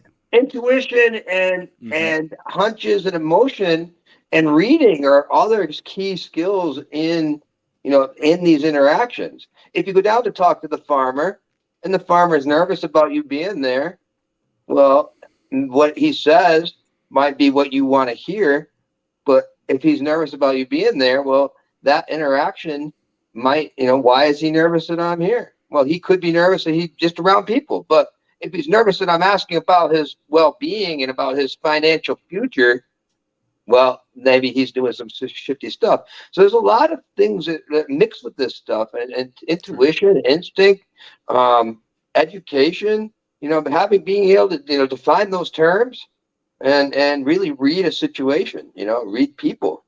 And, I think it takes you probably have to get scammed a bunch of times in your life. You know what I mean? Like you gotta like burn your hand on the stove before you really understand why you don't put it on there. And it's not just because of the appeal to authority, where it's like, because I said so, don't put your hand on the stove. Like, you leave with a couple of welts from that and some scars, you're gonna remember it a little bit more. I have a rule that says, if by the time that I'm hearing about something, that whatever opportunity it is, by the time I'm hearing about it, it's not an opportunity no more. Have you heard about this thing called Bitcoin or NFTs, James? Yeah. Oh, yeah, well, that's the thing is, can I sell you on NFTs right now? Early adopters and people who are motivated to bring, again, it's pendulums, which is a whole other thing. But it's like, for instance, one of the coolest things ever, and it was the best lesson I ever had. I had a 900 line when I was a kid, and I paid like this dude. I can't remember it. He looked just like me, but he had a shirt and he wore jeans, and he was like super, super energetic. And he's like, "You can have your own 900 number." So I went out and I paid whatever it was, $500. I was 16 years old, and I just had to put ads all over the country. Man, I didn't make any money, and then I finally called the line myself to see if it was real. And it was, and then I got a check in the mail 2 days later for my cut of the $4.99. I'm doing this, and then 6 months later, this same dude ain't doing that anymore. He was doing internet business, right? And, and so he already changed. Synergy. He got all the people to sign up for the 900 lines long after 900 lines were already dead, right? And it's just like, I was 16. I'm like, oh yeah, I want easy money, right? And so it's like, I realized after I saw him 6 months later peddling that next product that was already, everyone was late to it. And that's the thing, is like, marketing is marketing, and marketing is always, you're late to the party by the time the marketing makes it to you. And that's why you got to be forward thinking and creating your own opportunities out there instead of the prepackaged ones. But it's like, so by the time someone gets to you with their marketing, you're the target. You're the target. You are a target. They want your market share, and they're going to do anything for it, and they're going to say whatever they can to get that market share. Friggin' mom over here is trying to get me on her market share of putting my jacket on to go outside. Like, I see your market share, Mom. And to bring this back into the NLP, because I think we covered some rhetorical devices and we covered some logical fallacies. So the trivium history lesson, grammar lessons over a little bit. The NLP stuff is here, which is really where I think we can have a lot of fun. And one of the things that you had mentioned a little bit earlier, Bootsy, was like having this range of experience. And I guess like the broader range of experience is like the easier you can identify sort of different elements within that spectrum of intent and kind of rapport. And one example from that Structure of Magic book, which was kind of mind blowing, and it reminded me a little bit of a story that comes up that I kind of hate. Like, deep down, I really do hate it when this one comes up because I think it's a bunch of bullshit. But it's from either The Secret or like What the Bleep Rabbit Hole movie, and it's about the Indians on the shore, and when they see the ships come, I can't, it's invisible, I can't see it. I really don't believe that. I think that they might not have known it was a ship, right? But They saw something coming. They're like, oh shit, this doesn't look good. But There's an example here that I think is directly related to it. And in the Structure of Magic, they mention this Indian tribe from Northern California. Oh yeah, And colors. I think I think it's called the Maidu or the Maidu tribe. And essentially, like traditional Western English upbringing, we're kind of taught like Roy G. Biv. We've got around 8 colors that we teach children to classify things on, and everything kind of falls within those categories. Well, this particular Indian tribe categorizes all colors that they see into 3 things. They've got red, they've got green/blue, and they've got a yellow-orange/brown. And in the NLP book, in the Structure of Magic, they make a really good case that every interaction, every sort of sensory input that we process and turn into thoughts and decisions goes through 2 filters. One of those is a neurological physical filter. This is like how fast does my eye capture in terms of like frames per second, and what's the range of my hearing, from like 200 hertz or 20 hertz to 20,000 hertz. Like these are our physical limitations and filters that we go through. But then we've got something like a social filter, and these can be just as real as these neurological and physical filters. So if my entire life I've been trained to classify everything into 3 different colors, then you could legitimately hold up an orange book and a brown book to someone that has already put those into different categories in their mind, and say like which person was holding the orange book or which person was holding the brown book, and you would know exactly who it was. James was holding the red one and Bootsy was holding the brown one. If you were to ask the same question to this Maidu tribe, since they do not have that same frame of reference, like they were both holding the same book. They were both holding the yellow, orange, brown book. Not to the point to where they literally don't see the difference, but to where the neurological pathways on like when they see something and convert that into information and store it into their mind, they're just lumping it into this big category of like they were holding the same book. And that is such an it sounds like a kind of like a weeds sort of tangent, but really if you think about that, It's we're mind-numbing. all trained, and it's mind-numbing, bro. Like the culture that we're all programmed in, we're programmed to see things in these little categories. And one of my absolute favorite rants by Terrence McKenna, I'm not going to repeat the whole thing because I'll butcher it, but he's essentially starts it out with saying culture is not your friend. Culture is here for the convenience of other people. It's here for the convenience of corporations. It's how to package you up and put you in categories and have people just automatically agree with each other because they perceive themselves to be in the same categories as each It's your other. trap. It's what Jeremy Locke talks about Absolutely. in To End All Evil. Its culture is the bucket that the crabs are pulling the free crabs back into, right? And that's the social construct you're talking about, and the constraints in that book. They talk about your culture, your language, your environment being those social, that second group of constraints. And the third group of constraints are your likes, dislikes, habits, tendencies, and things like that. So And those are the ones you've got the most control over. Global, local, personal, right? And that's where you get to the sensory stuff too, about the senses fall apart, or they break down. Your eyesight gets worse over time. Your ears get worse over time. They can even fail you. Or in the Dogon or that tribe sense, you don't actually see a difference in a visibly different reality, right? And that's the. And it goes back to something that Bootsy and I have been talking about for a long time. The map is not the territory. We build a model of reality, and then inside that model of reality is as far as our mind can comprehend until we make a wider map. But the map is not the territory. So you have to enrich in your map if you want to be able to live a fuller life. Because ultimately, we're all products of our last generation and the fears that they had when we're in a changing world, and their fears don't match our world anymore, right? So we're always dealing with coping mechanisms and learning things that do not apply anymore. And that's where your model of reality comes into play. And your model and your map needs to change the more that your environment changes, right? And so if I'm here and I go to the other side of the world, well, my map is going to be completely different. And I need to have a whole different set of constructs to be able to operate within those cultures. right? And so There's another example here to bring up the GOAT, Joe Rogan.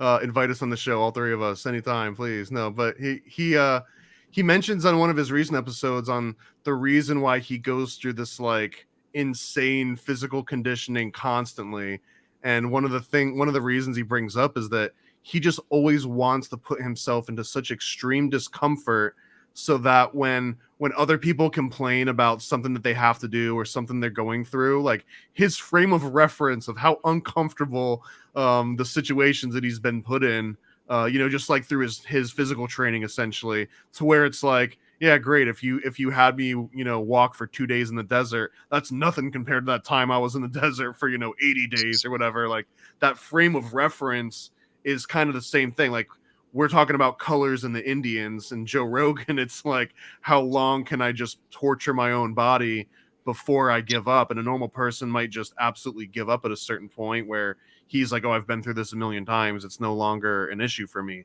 It's but that exact same spectrum. It's all mentalism all the time, and it's our mind is telling us, be comfortable, be safe, be comfortable, be safe, be comfortable, be safe. And then what happens is life is unpredictable, and no matter how comfortable and safe we want to be, all these new situations are going to come that aren't safe and comfortable, and then we don't know how to deal with them because we're always striving for comfort and safety, right? And it's just like, and yeah, that learning how to be comfortable being uncomfortable is one of the skills that will make you level up.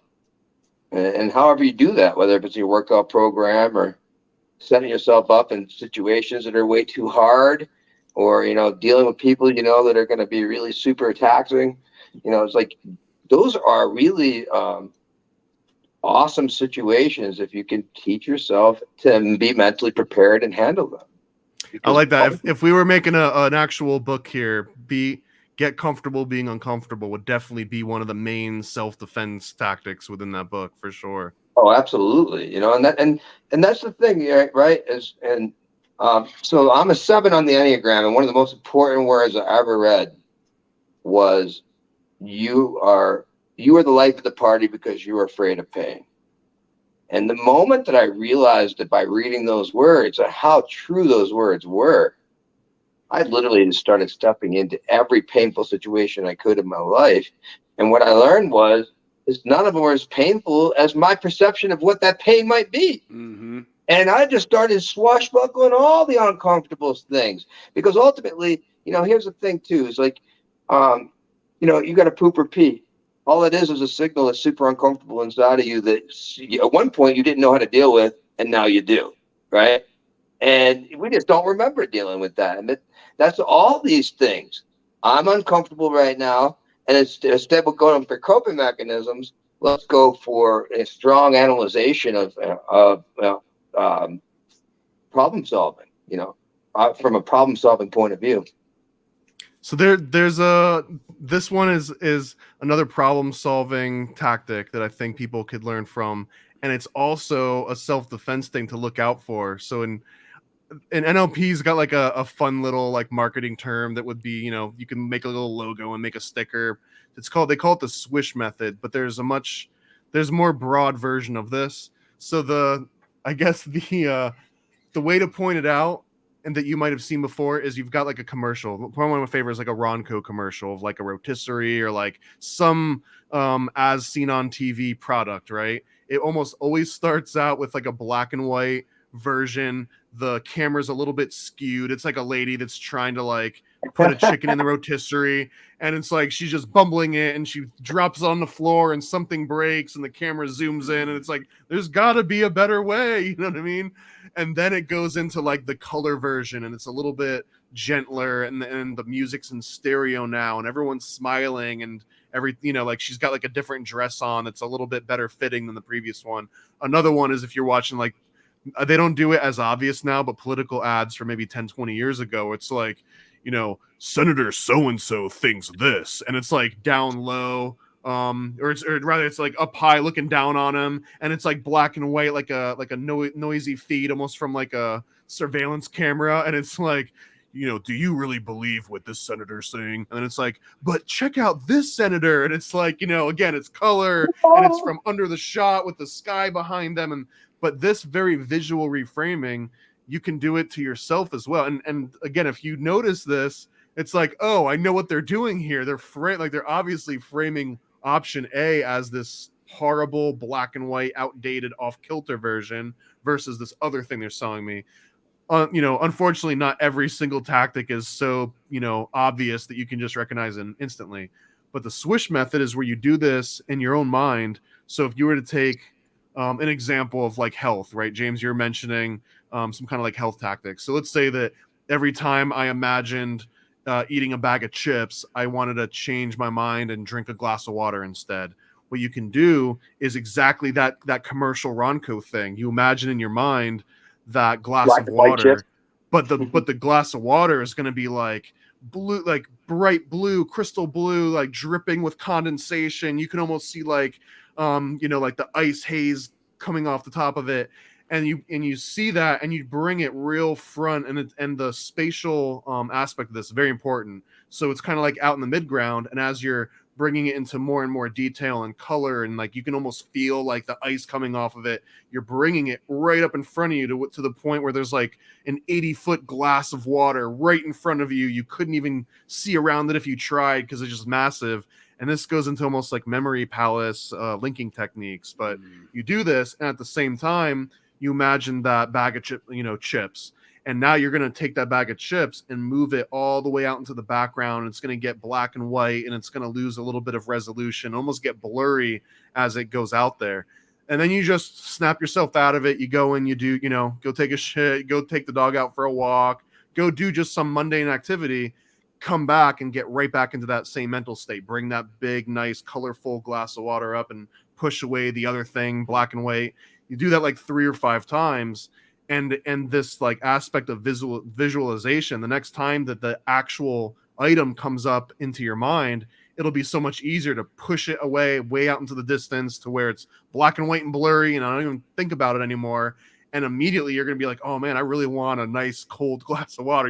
You can kind of program yourself to do this. And this is such a direct way. And the reason why it works is the exact same reason why commercials have been doing it for decades and decades. And the reason why political ads do it, it's because it works. Man, you explained that so well that I want to just go edit a glass of water right now.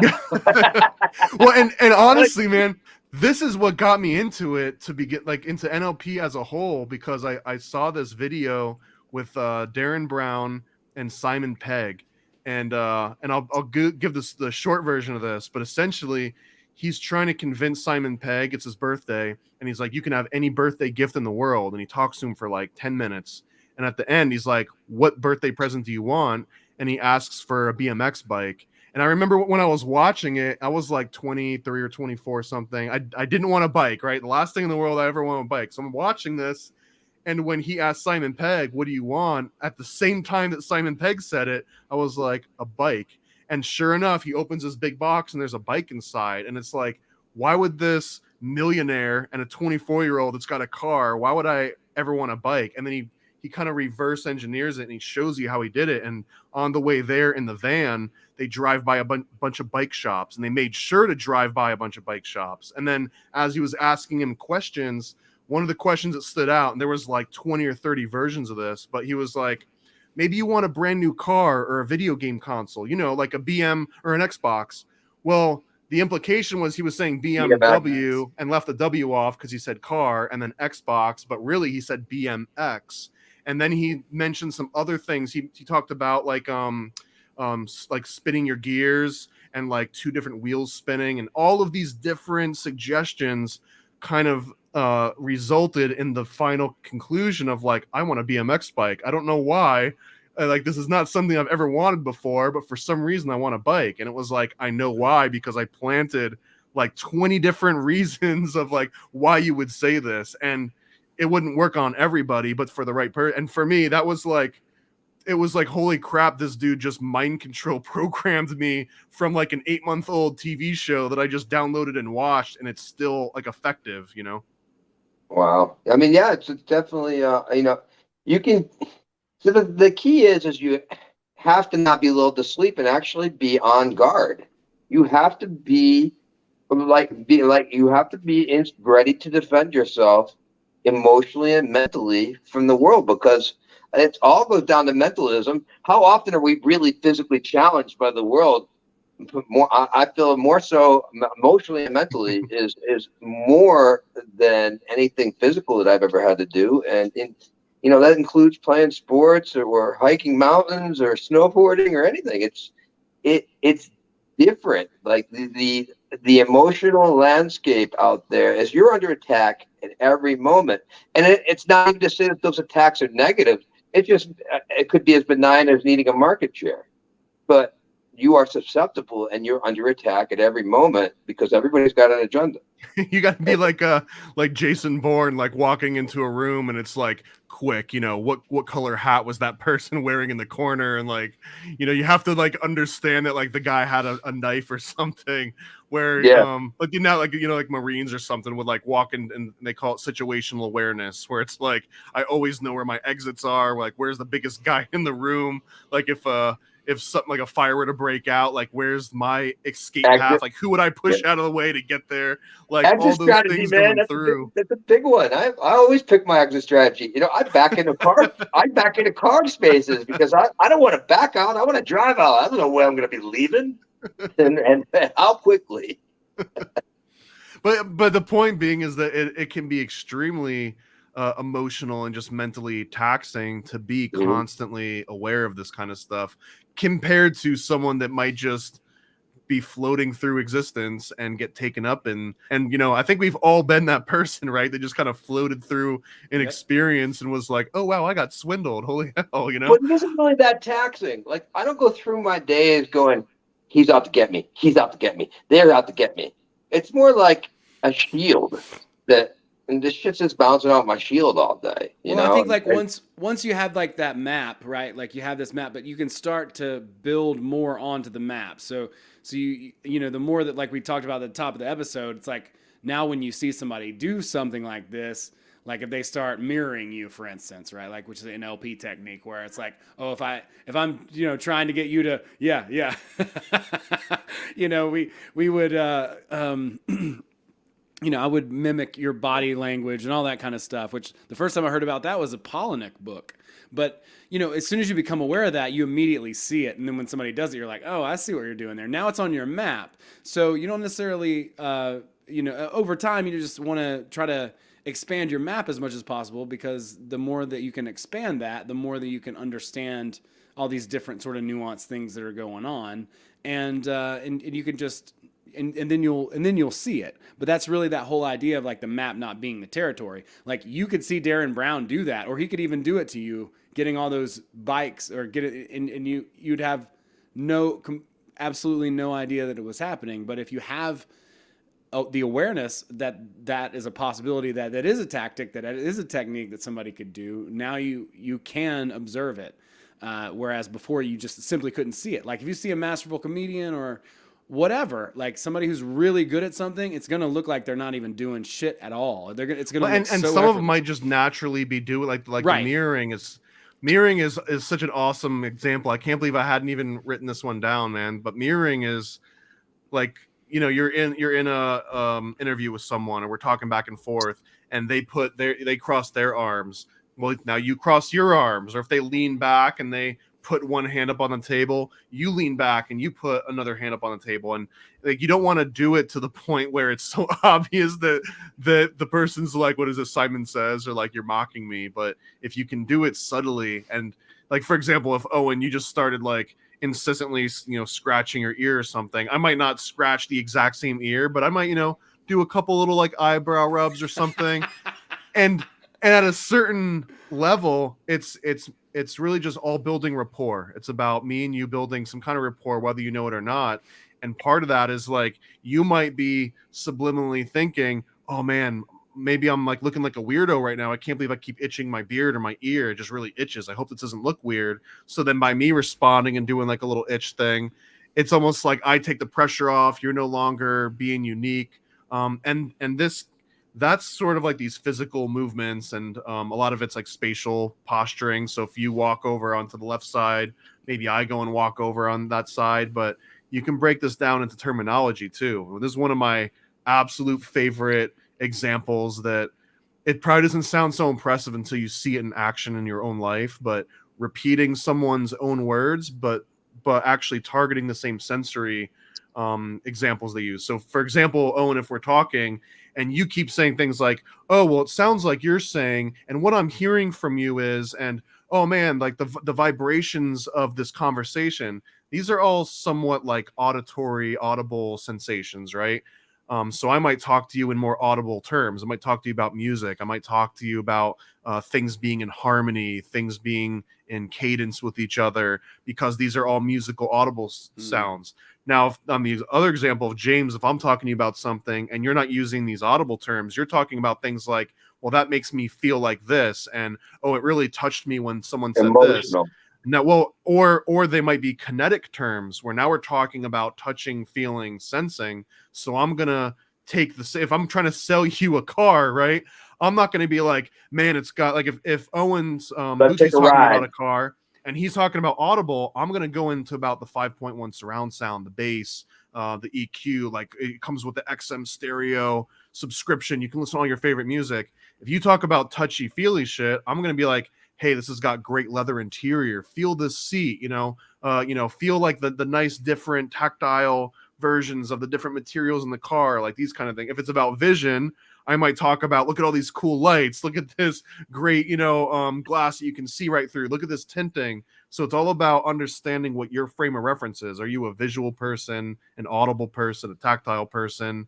And I can pick up on that just by listening to you say a few short statements, listening for those key words on, are you feeling things? Are you hearing things? Are you, seeing things? Yeah, the mirroring thing is one of the things that pisses me off the most. Like, because I'm a pretty vocal person and I'm pretty animated. And the moment I meet someone and they start mirroring me, I immediately feel like, Really? Yeah, I don't like people mirroring me. Well, Like, and there's an energy mirrored. aspect of it too. So if someone comes up and they're like me, they're very animated and they're doing like 1,000,000 miles a minute.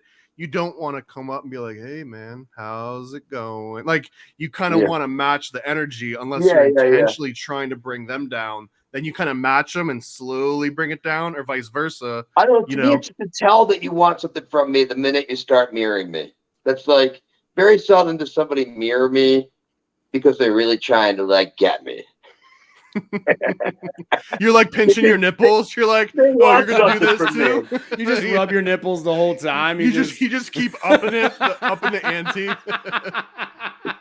Yeah, no, it definitely just makes me. I feel the manipulation. It just feels so unnatural because most of the world doesn't mirror you. And I hear what you're saying. Like you can feel the manipulation. It probably doesn't feel great. All that manipulation.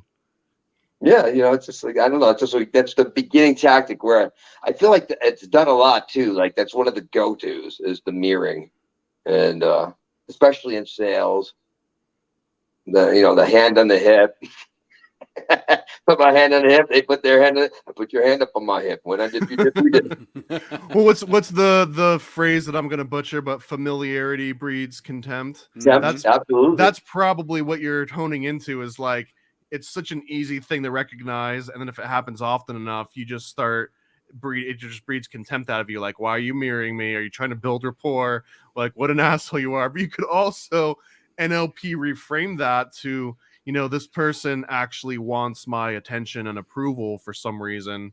And it might be just because they're trying to sell you some schlotchki that, that's overpriced or something. But it also might just be because you're in an interaction with someone that has less esteem and less rapport, and they're trying to just build it to feel more comfortable in the conversation. Well, I feel like NLP is just really sales now. Yeah. That's all it's become, is just a way to disarm people and identify, build a rapport, and even, it's asking questions to find out, honestly, and some people using NLP aren't necessarily manipulating. They're trying to figure out if they can actually help you and be of service to you and get around you not being able to help yourself and all these type of things. But, it always comes down to what's the intention of the person wielding the magic. Yeah, well, anyone can take a gun course, right? So like whether you're taking that course because you're gonna take out your neighbors, or you're taking it out of just pure self-defense, or you're just taking it because you want to go and do like a sport or a hobby out of it. Same thing with like karate. Anyone can go and learn karate, and if you just immediately use that to start beating up people in alleys and mugging them, versus it's like a healthy, release or exercise for you, it's all in the intent. And I think I Yeah. see the same way NLP. Unfortunately, when it comes to NLP, it's like 95% sales tactics, and there's almost like a mainstream or a multi-level marketing aspect to it, where like you join NLP and then become an NLP teacher to then teach other people NLP that pay you money, and then train them to become teachers. Like there's this Amway It's a aspect whole to it. lot of convincing people about a whole lot of horse shit instead of just finding some purpose. Because once you find your purpose, you don't need to be convincing people of everything. It just is. And it's like that's the NLP is a very effective technique with a good therapist. A good therapist will use those things and get you to express your surface level expressions and your deep expressions, and be able to repeat that and build rapport and create a level of comfort for from intimate display or to be able to intimately articulate what it is you're going through. So, I mean, there are definitely therapists that are effectively using NLP in a way that's helping people, but generally it's all sales. Yeah, I want to talk. I got get a friend of mine who talks about NVC, which is nonviolent communication, at some point down the road, which is a little bit sort of the other side of that whole communication coin. That's less sort of NLP and more like, really trying to understand and be understood. There are a couple different books that were written about it. Crucial Conversations, and then Nonviolent Communication, the book. At some point, What's the name of that dude? I think I've met him before over with Rich. Daryl Becker. I feel like I went to dinner with them once. It's possible. Daryl Becker. Yeah, it sounds familiar. He's a holistic health practitioner too. But yeah, we'll talk about that at some point too, because it's a more of a sort of proactive thing. It's less about techniques and more just about sincere expression and trying to get to the root of the thing. I mean, they do things like so what I hear you saying is, and things like that, but it's less about trying to get a specific outcome and more about really trying to understand the person. It's like a question-based selling approach to interaction, pretty much. I don't know if they really talk much about sales. No. They're just saying like question-based selling is really just about making people feel heard, and like constantly refining to the point to find out how you can. It's all the same to me, man. Like whether you're trying to sell me on myself or you're trying to sell me a big screen TV, it's the same rhetorical devices. It's the same rapport building. All of it is the same. It's just at the very end, it's either like, and so how do you feel about yourself? Or, and so are you going to be buying this TV today? Right. Right. Yeah. Somebody says in the Facebook chat, I found that naturally mirroring occurs when you're in rapport with people. I think that's true. I think that's absolutely true too. Yeah. And I was going to even say, it's like, if you yawn, for instance, they say, this is an old wives' tale, but if you yawn and I don't yawn, then I don't like you. But if you yawn and I yawn, then, I like you. I don't know if that's true. That's probably not true.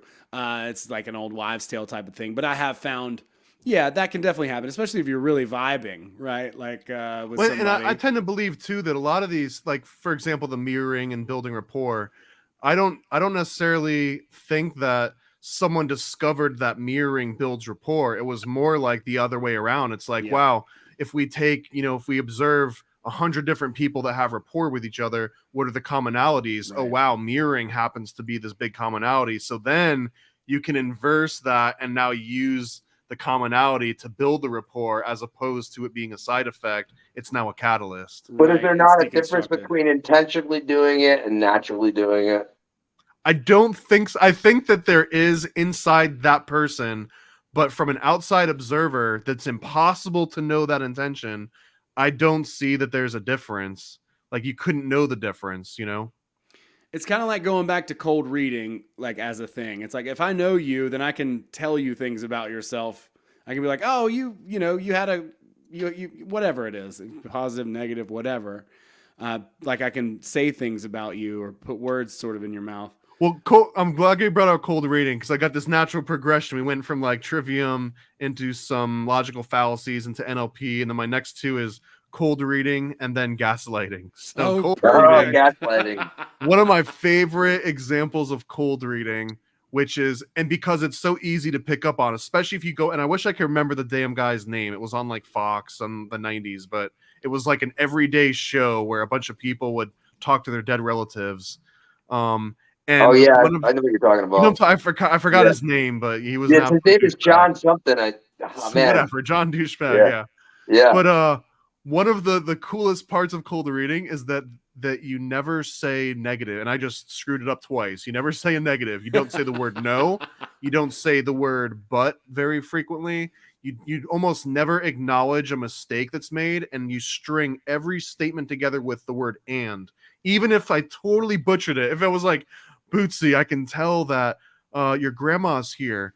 And you'd be like, my grandma's still alive, dude. And I'd be like, and I'm also hearing, like, you never say like, oh, oops, let me backtrack that. Everything is always an addition. So that way, once you hit on something that you identify with, even if it's like 5 statements later, if I string every statement with the word and, by the time I hit on the one that's true, that and kind of ripples all the way back, and it makes it seem like the first 5 things I said were correct because the and brought me to the correct conclusion at the end.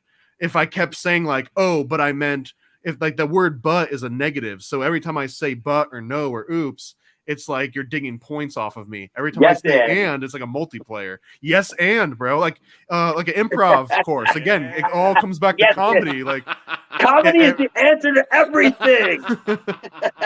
But we're talking about the exact same, because with yes and, it's about you never breaking character with the audience. And the second that you backtrack something, they're like, oh, I'm at a comedy show and they just screwed up. But the whatever you sell, it just keeps on selling itself. Bam. Because you're not allowing for the negative to come in and break the wall, break the idea of what is happening. And this is a good example. The weirder you have to get to stay that yes and. But now if you ever find yourself in a conversation and you realize like, hey, this person just made like a few misstatements, but they keep talking as if they were correct, and you start picking up on that yes and mentality, that one I feel would be a very hard one, that like someone doesn't just naturally yes and every conversation they're in. That's a very intentional thing, right? So there's a really good self-defense mechanism, like, hey, look out for that yes and. Look out for someone that is agreeing with me even though they just said something completely contradictory, but now they're agreeing with me, trying to poke a hole in whatever argument they're making. If they go like, yeah, and then say something else that doesn't make sense, like you kind of know that they're squaring up against you in a way. That's right. Yeah, They put up their dukes. They put up their mental dukes. That's awesome. I'm glad that worked out. And gaslighting is one I think that is kind of confusing. And I guess that's maybe kind of the point too. If you've ever been manipulated, you don't really think that. I think you're just a little bit confused. I think you're just a little bit confused, Lucy. Oh. Yeah, I don't think you've actually heard enough about the topic. My cousin's an expert on gaslighting, and that's just not that's not that. Oh well. So has anyone actually seen the movie that the phrase is based on? No. So there's an actual movie, and I think it's called Gaslit or Gaslighting or something, and it stars Angela Lansbury of Murder, She Wrote fame, and she's basically a maid that works for this guy and his wife, and the guy and Angela Lansbury, the maid, have a like a tryst going on, right? He's like cheating on his wife with Angela Lansbury, the maid, and she starts to catch on to it.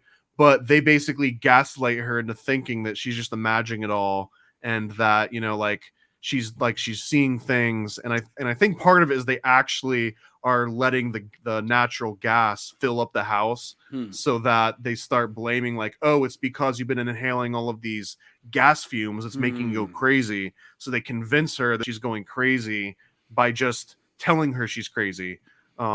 So that's kind of where the phrase even came from. I always thought that was interesting. They came from Murder, She Wrote, Angela Lansbury, the whole concept of gaslighting, and she was the villain in that movie too. She was like the bad person. It's so interesting. I didn't even know what that word meant until probably recently. It got big online debate. I look at my last relationship, and we just lit the fuck out of each other. You're not feeling what you're feeling. You shouldn't be feeling what you're feeling. Oh yeah, dude. With our perspectives, beating each other over the head with the club. It's probably unintentional. Like, I mean, if you know what you're doing and you use it, now you're like a super kind of asshole, right? That you realize you're doing it and continue. But it's probably the most common way that people manipulate each other without sitting down to do that. I didn't know I was doing it to her. She didn't know she was doing it to me. And like now, I've been working on all this, on understanding all these terms and understanding, mental health and understanding these things. Man, I was like, wow, that's a term for that. I was definitely going through that, and I was probably definitely doing it. And like, and all it is just denying someone their experience. Yeah, that's the denying them their human experience. You shouldn't feel these feelings. You shouldn't think this way. You shouldn't feel this way. Or telling someone like you don't even like that, or you hate that thing. Like telling someone how they feel about something. Another good example is like it's all comes down to denying experience. You didn't see that. You didn't hear that. Like, don't believe your own sensory experience of this reality that we're in. Believe what I'm telling you sensed, which is impossible. And another one, it goes into, again, like all of these fold up into those logical fallacies, which are like the building blocks. Like a lot of the NLP rapport stuff can be tied into appeal to authority. This example on gaslighting can be tied into that loaded question of like, why are you so angry all the time? Why are you so sad all the time? Like, those are loaded questions, because now by answering it, you're almost admitting that you're sad all the time, but it's also doing double duty as gaslighting, where you're telling someone like, Bootsy, you're angry all the time. Well, I don't know that. I'm not inside of Bootsy. Nobody's angry all the time. Right. And and honestly, bro, we can get back into the NLP. That's a generalization. Whenever someone only sits dealing absolutes, whenever someone mentions an absolute, you're always this, or like whenever it's my day off, it rains, every time. Those ones are so fun to pick apart, because when you get meticulous with language, you can say, has it really been every time? Can you think of even one time that hasn't been the case?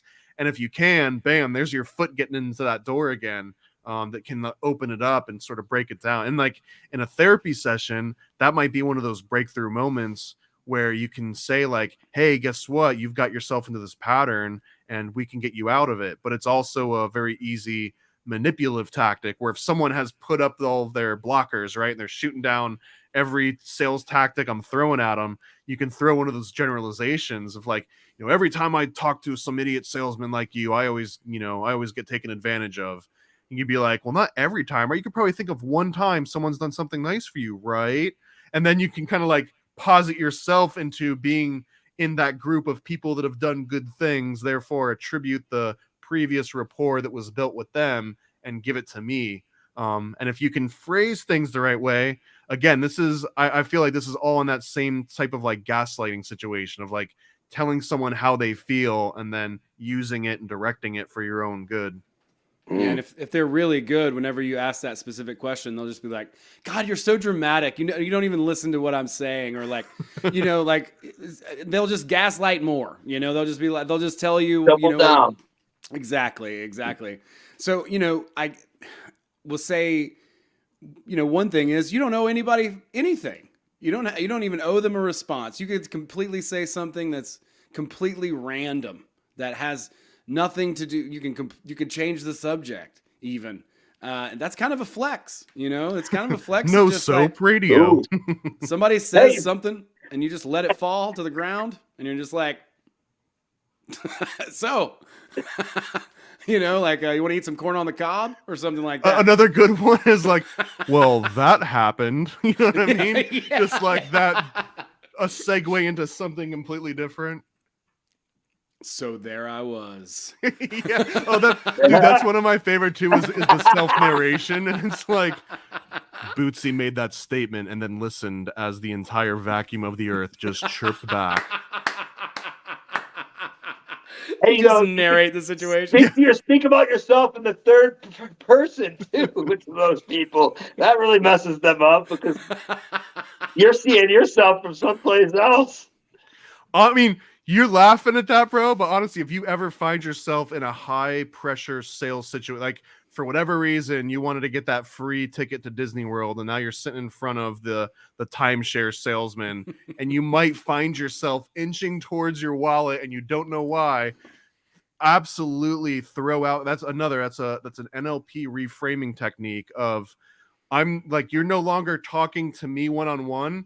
Like, I'm now a third-party observer. I'm a camera up in the corner pointed down at me, and I'm going to talk through what I'm seeing. So now that salesman's not selling me a timeshare, he's selling this guy on a TV show that I'm watching. It's He's trying like I'm to watching sell a horror movie, and I get to be the guy that's like, don't run up the stairs. Don't do that, you know? Yeah. Like, that's so fun, though, because now you can be like, you know, go ahead, convince that guy. Like, I want to see how you convince this guy. And the guy is you, but you're seeing yourself being convinced and just changing that dynamic. Like, bam, like you're no longer. Now, this probably won't work for some like real messed up, like Alon's school has like anger therapy. And have you ever heard of anger therapy before? Or like those schools that they like kidnap kids in the middle of the night and they bring them out to reform them for like, you know, when they're like bad kids or whatever. They have this thing called anger therapy, and it's where literally every single thing that you ever tell them to do comes through screaming and shouting at them and belittling them, to the point where like it's the opposite of rapport building, and it's like rapport deterioration until there's nothing left but just like a sensitive, like a fucking nerve on your tooth that you can just like blow at it and it just like shrivels in pain, you know. That might not necessarily work in these same kind of tactics. Sure. But for the general public, you know, it's good stuff. Yeah, I love that objective perspective, just commenting on what's happening. I mean, he said, yeah, that's hilarious and super meta. So I'm like a huge fan of anything. Break the fourth wall. That's yeah, right. exactly. And then the salesperson said to him, that would be so fun. Honestly, that would be the most fun thing ever. And then the salesperson said to him, neither of you were there, just the narrator to the weirdness. And then there was an uncomfortable silence. They both stared at each other, wondering who would break first. They both knew whoever was the first to speak was going to be the loser. Yes. Right, now you got like the false argument, or like the loaded question kind of like turned back around as a third person reframe. That's so good. That's hilarious. So you like that question. Do you think you can reframe it? Yeah. Very, very meta. And then I guess completely extending this all the way outside of the meta is now we get into lucid dreaming. And why do I bring up lucid dreaming?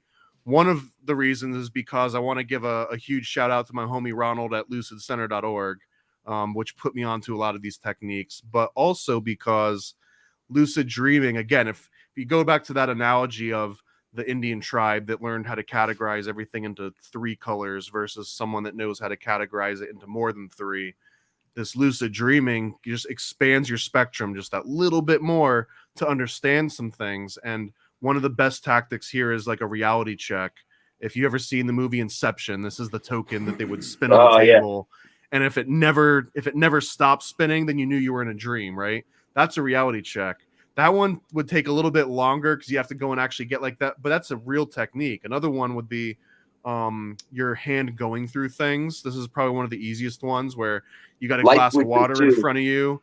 Like if I want to grab this glass of water, I imagine before I touch it that my hand's just going to go straight through it and it's not even, it's just going to be like an invisible object, and I go and grab it. Well, if it actually grabbed it, well, there's a good chance that I'm in reality right now, or some kind of objective reality. But if my hand goes through it, now I realize like, oh, I might be in a dream state right now, and kind of identify that.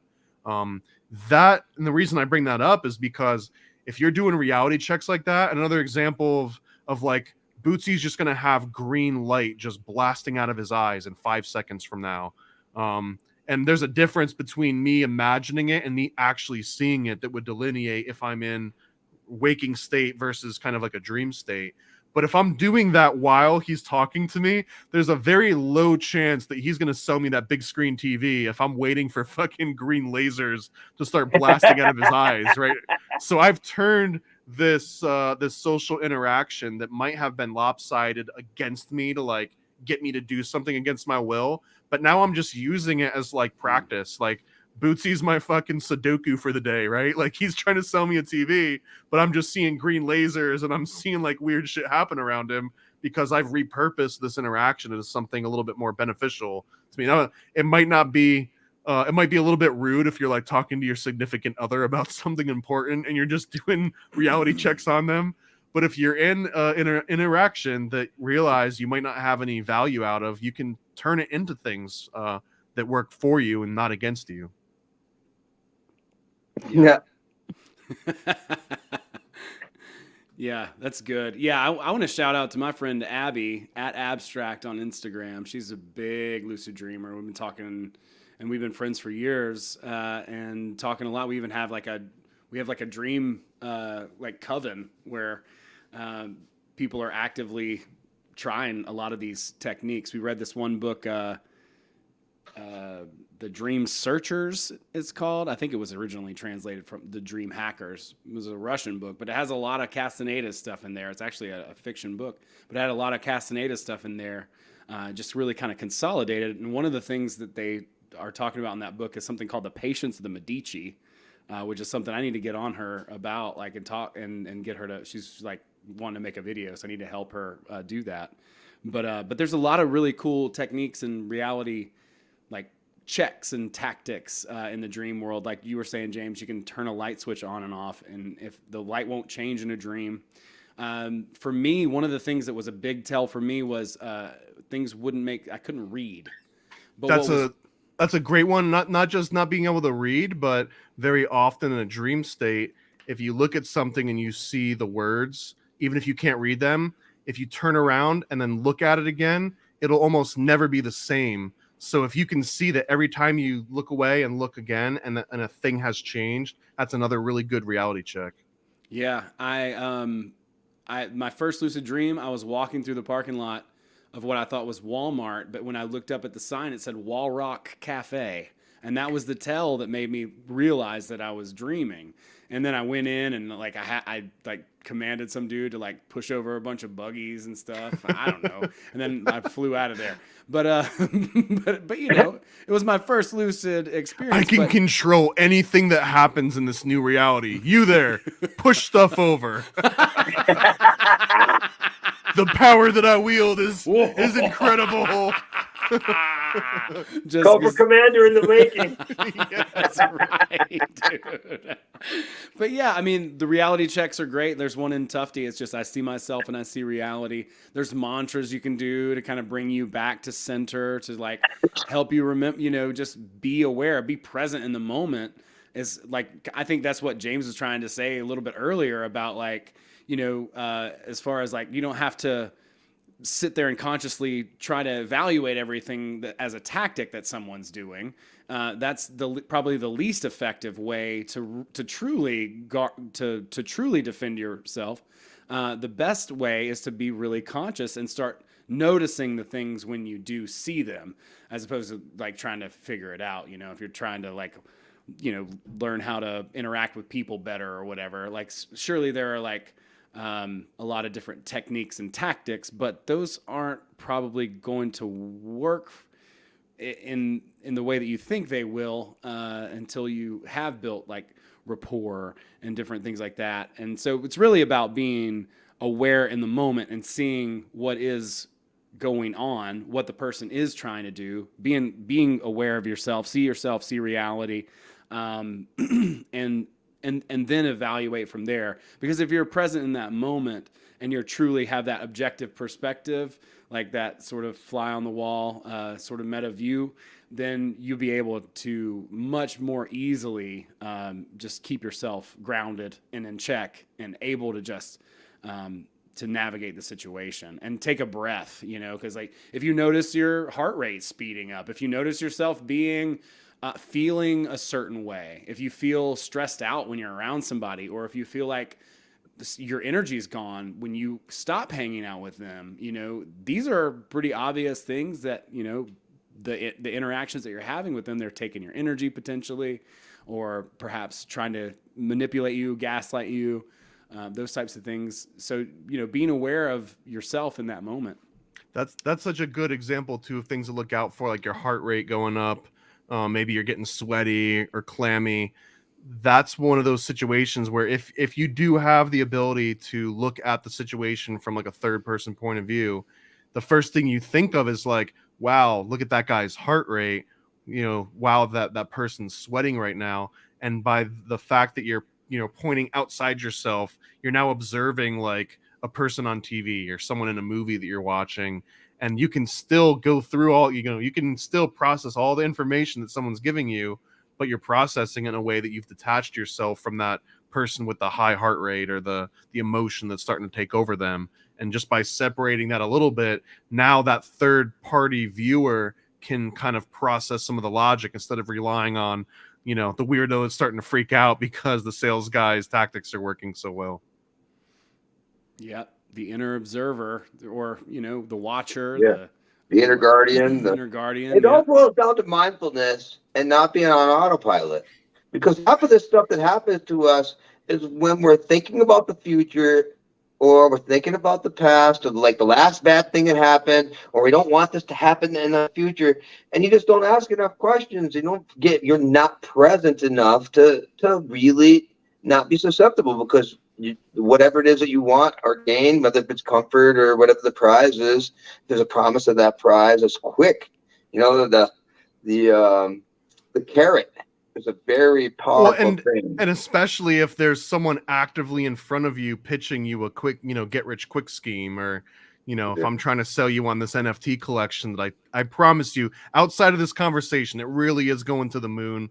We're all going to get rich if you invest in it. But like, it's one of those things that if I'm actively doing it to you, oh, and by the way, like if you don't do it tonight, you're not going to have any opportunity to, yeah, bro. Like it's now or never. Offer.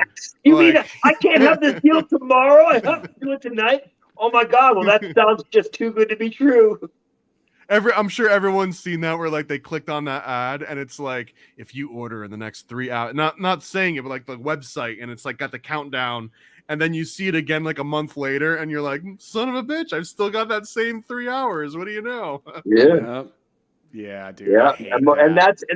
And here's the thing too, is it's so weird because there are some practitioners online in the sphere that have great products, and they still use these lame ass fucking techniques, man. And it's like, I see really good practitioners use that, and it's just like, wow, like, why are you trying to manipulate me? You have a great product. Why are you manipulating me right now? It makes me not want to use your product now, because you're not selling it with integrity. You're selling it trying to scare me that I don't have enough time to get your great deal. This one's a little bit of a touchy subject though, because there's a great example in that book Influenced by Robert Cialdini that I mentioned, and it's that a legitimate store had this product that was a legitimately good product, but they had it up in front in the center, and they had it like, buy 3 get 1 free kind of deal. And they couldn't understand why it wasn't moving. It was like a superior product. It was like, it was actually good.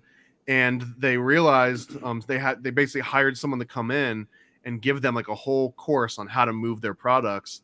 And instead of selling 3 for 1, they had a big like exclusive, only 1 per customer, $5 each. They basically like more than tripled the price and added this like superficial artificial limit like you could have gone and bought 10 of them if you really wanted to, but they wanted to make you think that only one person could buy one.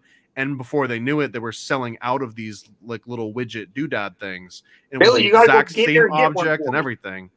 But again, it's like if the product was a decent product and it was priced decently, but people still didn't want to buy it just because they perceived that it was low value because of the way that it was being sold. It's like, well, why would they want to give me 4 of these things? There's something wrong with it if they're just trying to give it away at this low price versus, oh man, that thing is really expensive. That must be a premium for a reason, almost like an appeal to an authority way. But it's like where is that good or is it bad? Because it might actually be something that they wanted, Well, that's the thing is, I think also some of these practitioners that do some of these things, I just think that they're led by other people and they're just trying to get sales and this and that. And, they coaches, and there's a guru for everything. But it frustrates me when I see a good person with a good product and they use some of these tactics and it's like, oh man, like it literally is. It's like a turd that falls out of their mouth and right into my drink. It's like, damn, man, I can't get behind this. It is disappointing to see that. And you do see it, but I mean, a lot of the stuff is, it's the art of the deal. It's the craft of it. There are certain things that people just won't take action sometimes unless they have some sort there's of the book by Carnegie called How to Win Friends and Influence People, I believe, which has been cited by like every mogul in American history. Of all the same techniques, just presented in a different way. Yeah, absolutely. Yeah. It's a class. I mean, that's what I do for literally. I learned in that book. Get the 3 S's. Yeah, the gypsy hypnosis. The gypsy hypnosis. Yep. And man, I don't even understand how that works. It works when I use it, but if you were trying to 3 yes me, I'd be like, all right, what's this guy selling? Yeah. That's only because you know about it. Questions that I know are going to be yeses to. What's going on here? But if you didn't know about that, then it's such an easy thing to fall for. And I would almost lump that into that same category of cold reading, of just getting someone to say yes and for me to say yes, to where it just feels like everyone's just always saying yes in this conversation. So like we're obviously on the same page. It's energetic trends. It's a current. You're getting the current to go in a certain direction. And is it going to be negative or positive current, right? Yeah, I mean, the comedians do the same thing. Give it up for your host. Yeah. Give it up for that last comic. And give it up for yourselves, everybody, for being out here tonight. That's 3. Yeah. I almost want to clap for myself right now. Yeah, man. Wasn't he awesome? Give it up for myself. I'm doing awesome right now as an audience member. But you bring everybody into that positive mentality, and then you are getting them all thinking in one direction together too, which is huge. That's really important in comedy. Group mind is definitely crowd. Yep. It is it's pretty essential. That's why they paint the walls black. I feel like I got enough armor to get out there in the rest of the world. And so I'm going to hit the big city tomorrow with all this information, and I'm just going to swashbuckle my way through all of my interactions. Well, I've got a few other bullet pointed versions of like what you can do for self-defense here, and I'll kind of rapid fire through some of them. One of them, which I think anyone that listens to this show regularly is going to automatically align to this one, but having a ritual, whether it's a magic ritual or a daily ritual or just something, and it doesn't necessarily need to be an autopilot ritual, kind of going what James was saying. You don't want to fall into a ritual to where it becomes just a second nature pattern that you're not actively conscious of it. One example, this was like a military tactic they teach kind of like high-ranking officers, that you don't ever drive the same way to work or whatever, the same way day after day. You find like 5 or 6 or 7 different routes, and they just all become your normal route, so that, it's Tuesday, I'm just going to randomly pick route 3 to get to work. And, you're always, what's that internet meme of like always keeping them guessing, which is one of my favorite ones, where like they go to open the car door, but then they like jump on top and like all this crazy stuff. That's actually a very great way though to mix things up, because it forces you to stay present in the moment and to kind of have that temporal focus. So that's a great one. Just have a ritual that you understand the basis of, but that you can add your own variations, but it maintains a ritual. Another category here are just memory techniques, and this is sort of like the same thing of doing in a stretched way the reality checks. Like if I'm talking to someone that I know is just wasting they're trying to sell me on some bullshit, and I'm gonna be stuck here with them for the next 10 minutes. I'm gonna use that interaction for reality checks, and they just don't know it, and that's great for me. The same thing if you're going by and you're going through billboards. Another one of my favorite examples here is that I wouldn't say gematria, but like if there's a billboard, it's like, 1-800 lawsuit, some such and such.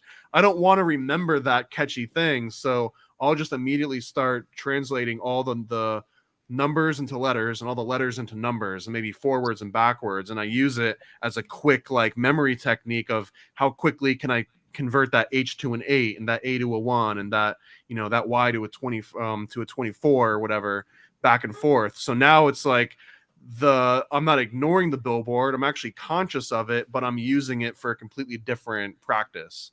Another one is, this one might seem a little bit out there, but I really think that this is a huge advantage in anti-Illuminati mind control brainwashing. But knowing what speed reading is and how to use speed reading, what a crazy mental exercise and reframing this is. Because the crux of speed reading, it's a couple things. One of it is that you're teaching yourself that you don't necessarily have to sit down and read all 1,000 pages word for word the way that you would normally read like a novel, because when you're searching for information or you're searching to prove or disprove or get something very specific, you can just kind of like blaze through it, and you're looking for patterns. You're looking for like a certain word to stand out.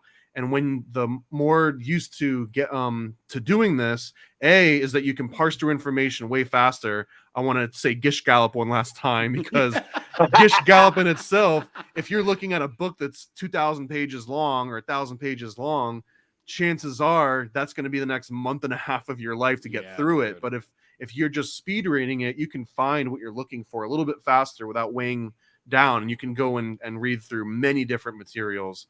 The other thing to understand there is that there's a direct correlation between comprehension and retention levels. And this happens even if you're not speed reading. If I'm sitting there and I'm reading a book, I think everyone has done this before, where you read 3 pages in, and then by the time you get to that 3rd page, you're like, oh wait, my mind's been wandering. I've been thinking about like what I'm going to make for dinner. And even though I read all those words, like I don't even know what the hell I just read, and I got to go back and read it again. That was what you would call like zero comprehension, zero retention, even though you were paying attention.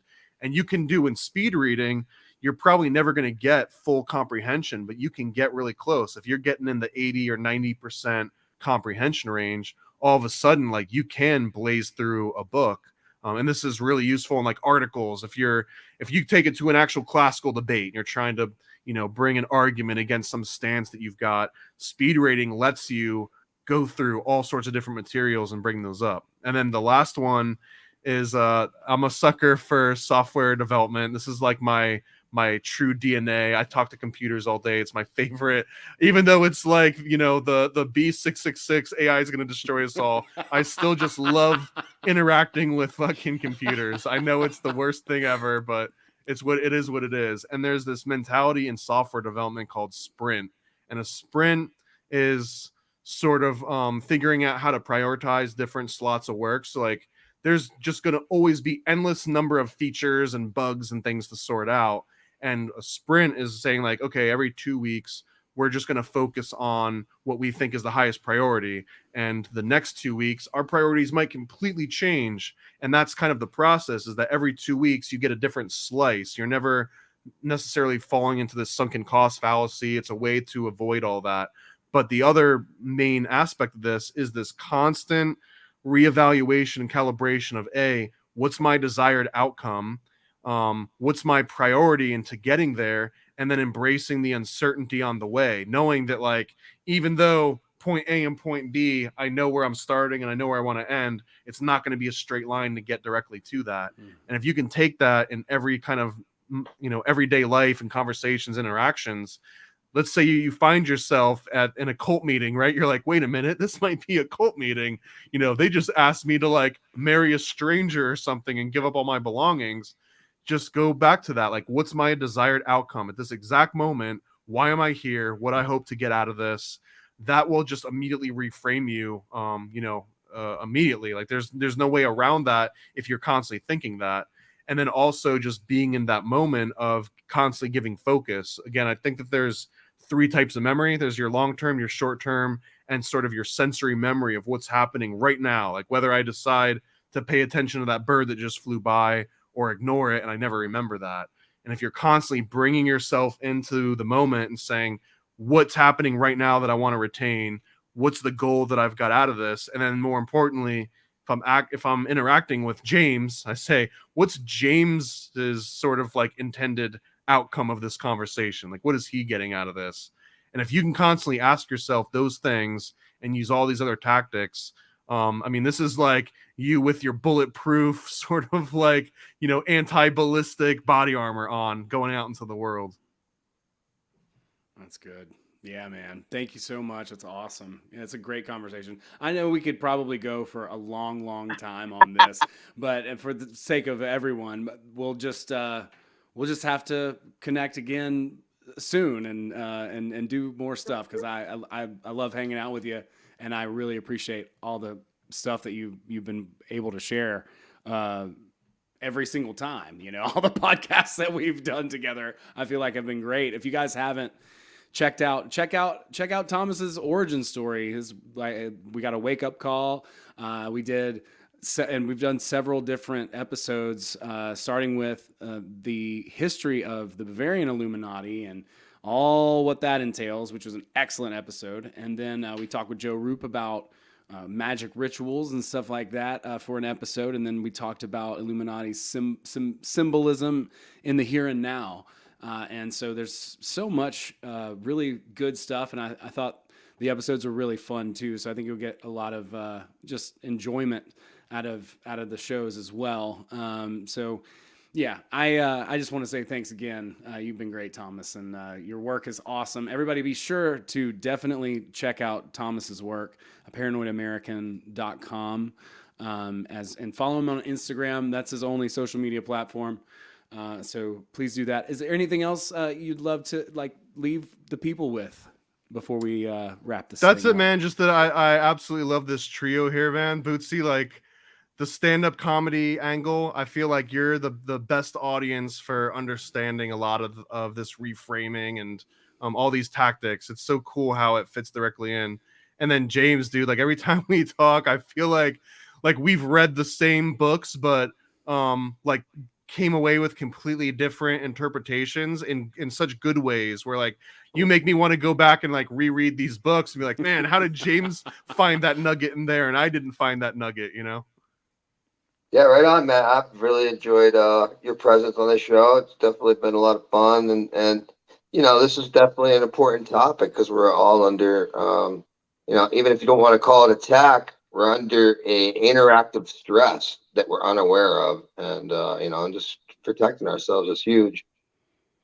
Hey, I just wanted to say, I think her name was Shannon. She wrote earlier about being in Vermont and wanted to know how the gongs could get to her. I'll be in Connecticut in probably late October or mid-October. So if you can get down to Connecticut, I'll meet you halfway. That's cool. We'll also be at Grimerica's Contact at the Cabin event next February in Mount Shasta. Yeah, that's going to be a lot of fun. Greg Carlwood's going to be there. Maybe some other people too. Joe Roop will be there.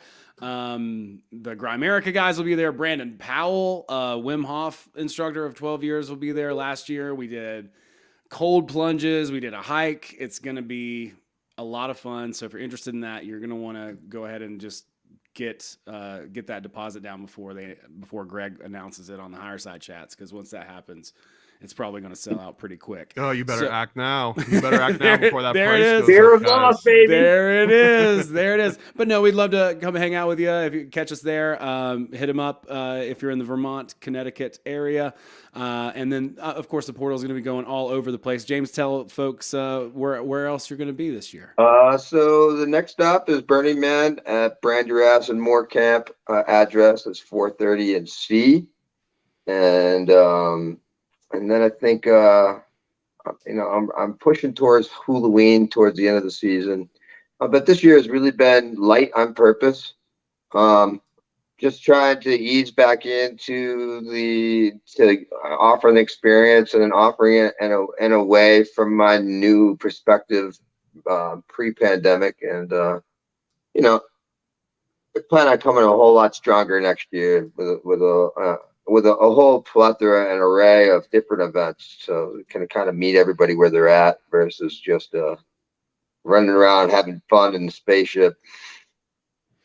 Yeah, no, I love it. I love that things went well with you, bringing it into a more professional environment, and I think there's a lot of potential.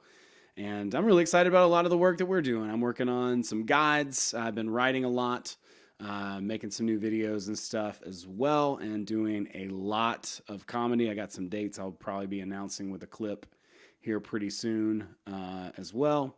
So be on the lookout for that, folks. Thank you so much for watching the show. You guys are amazing. Thanks for talking in the chat.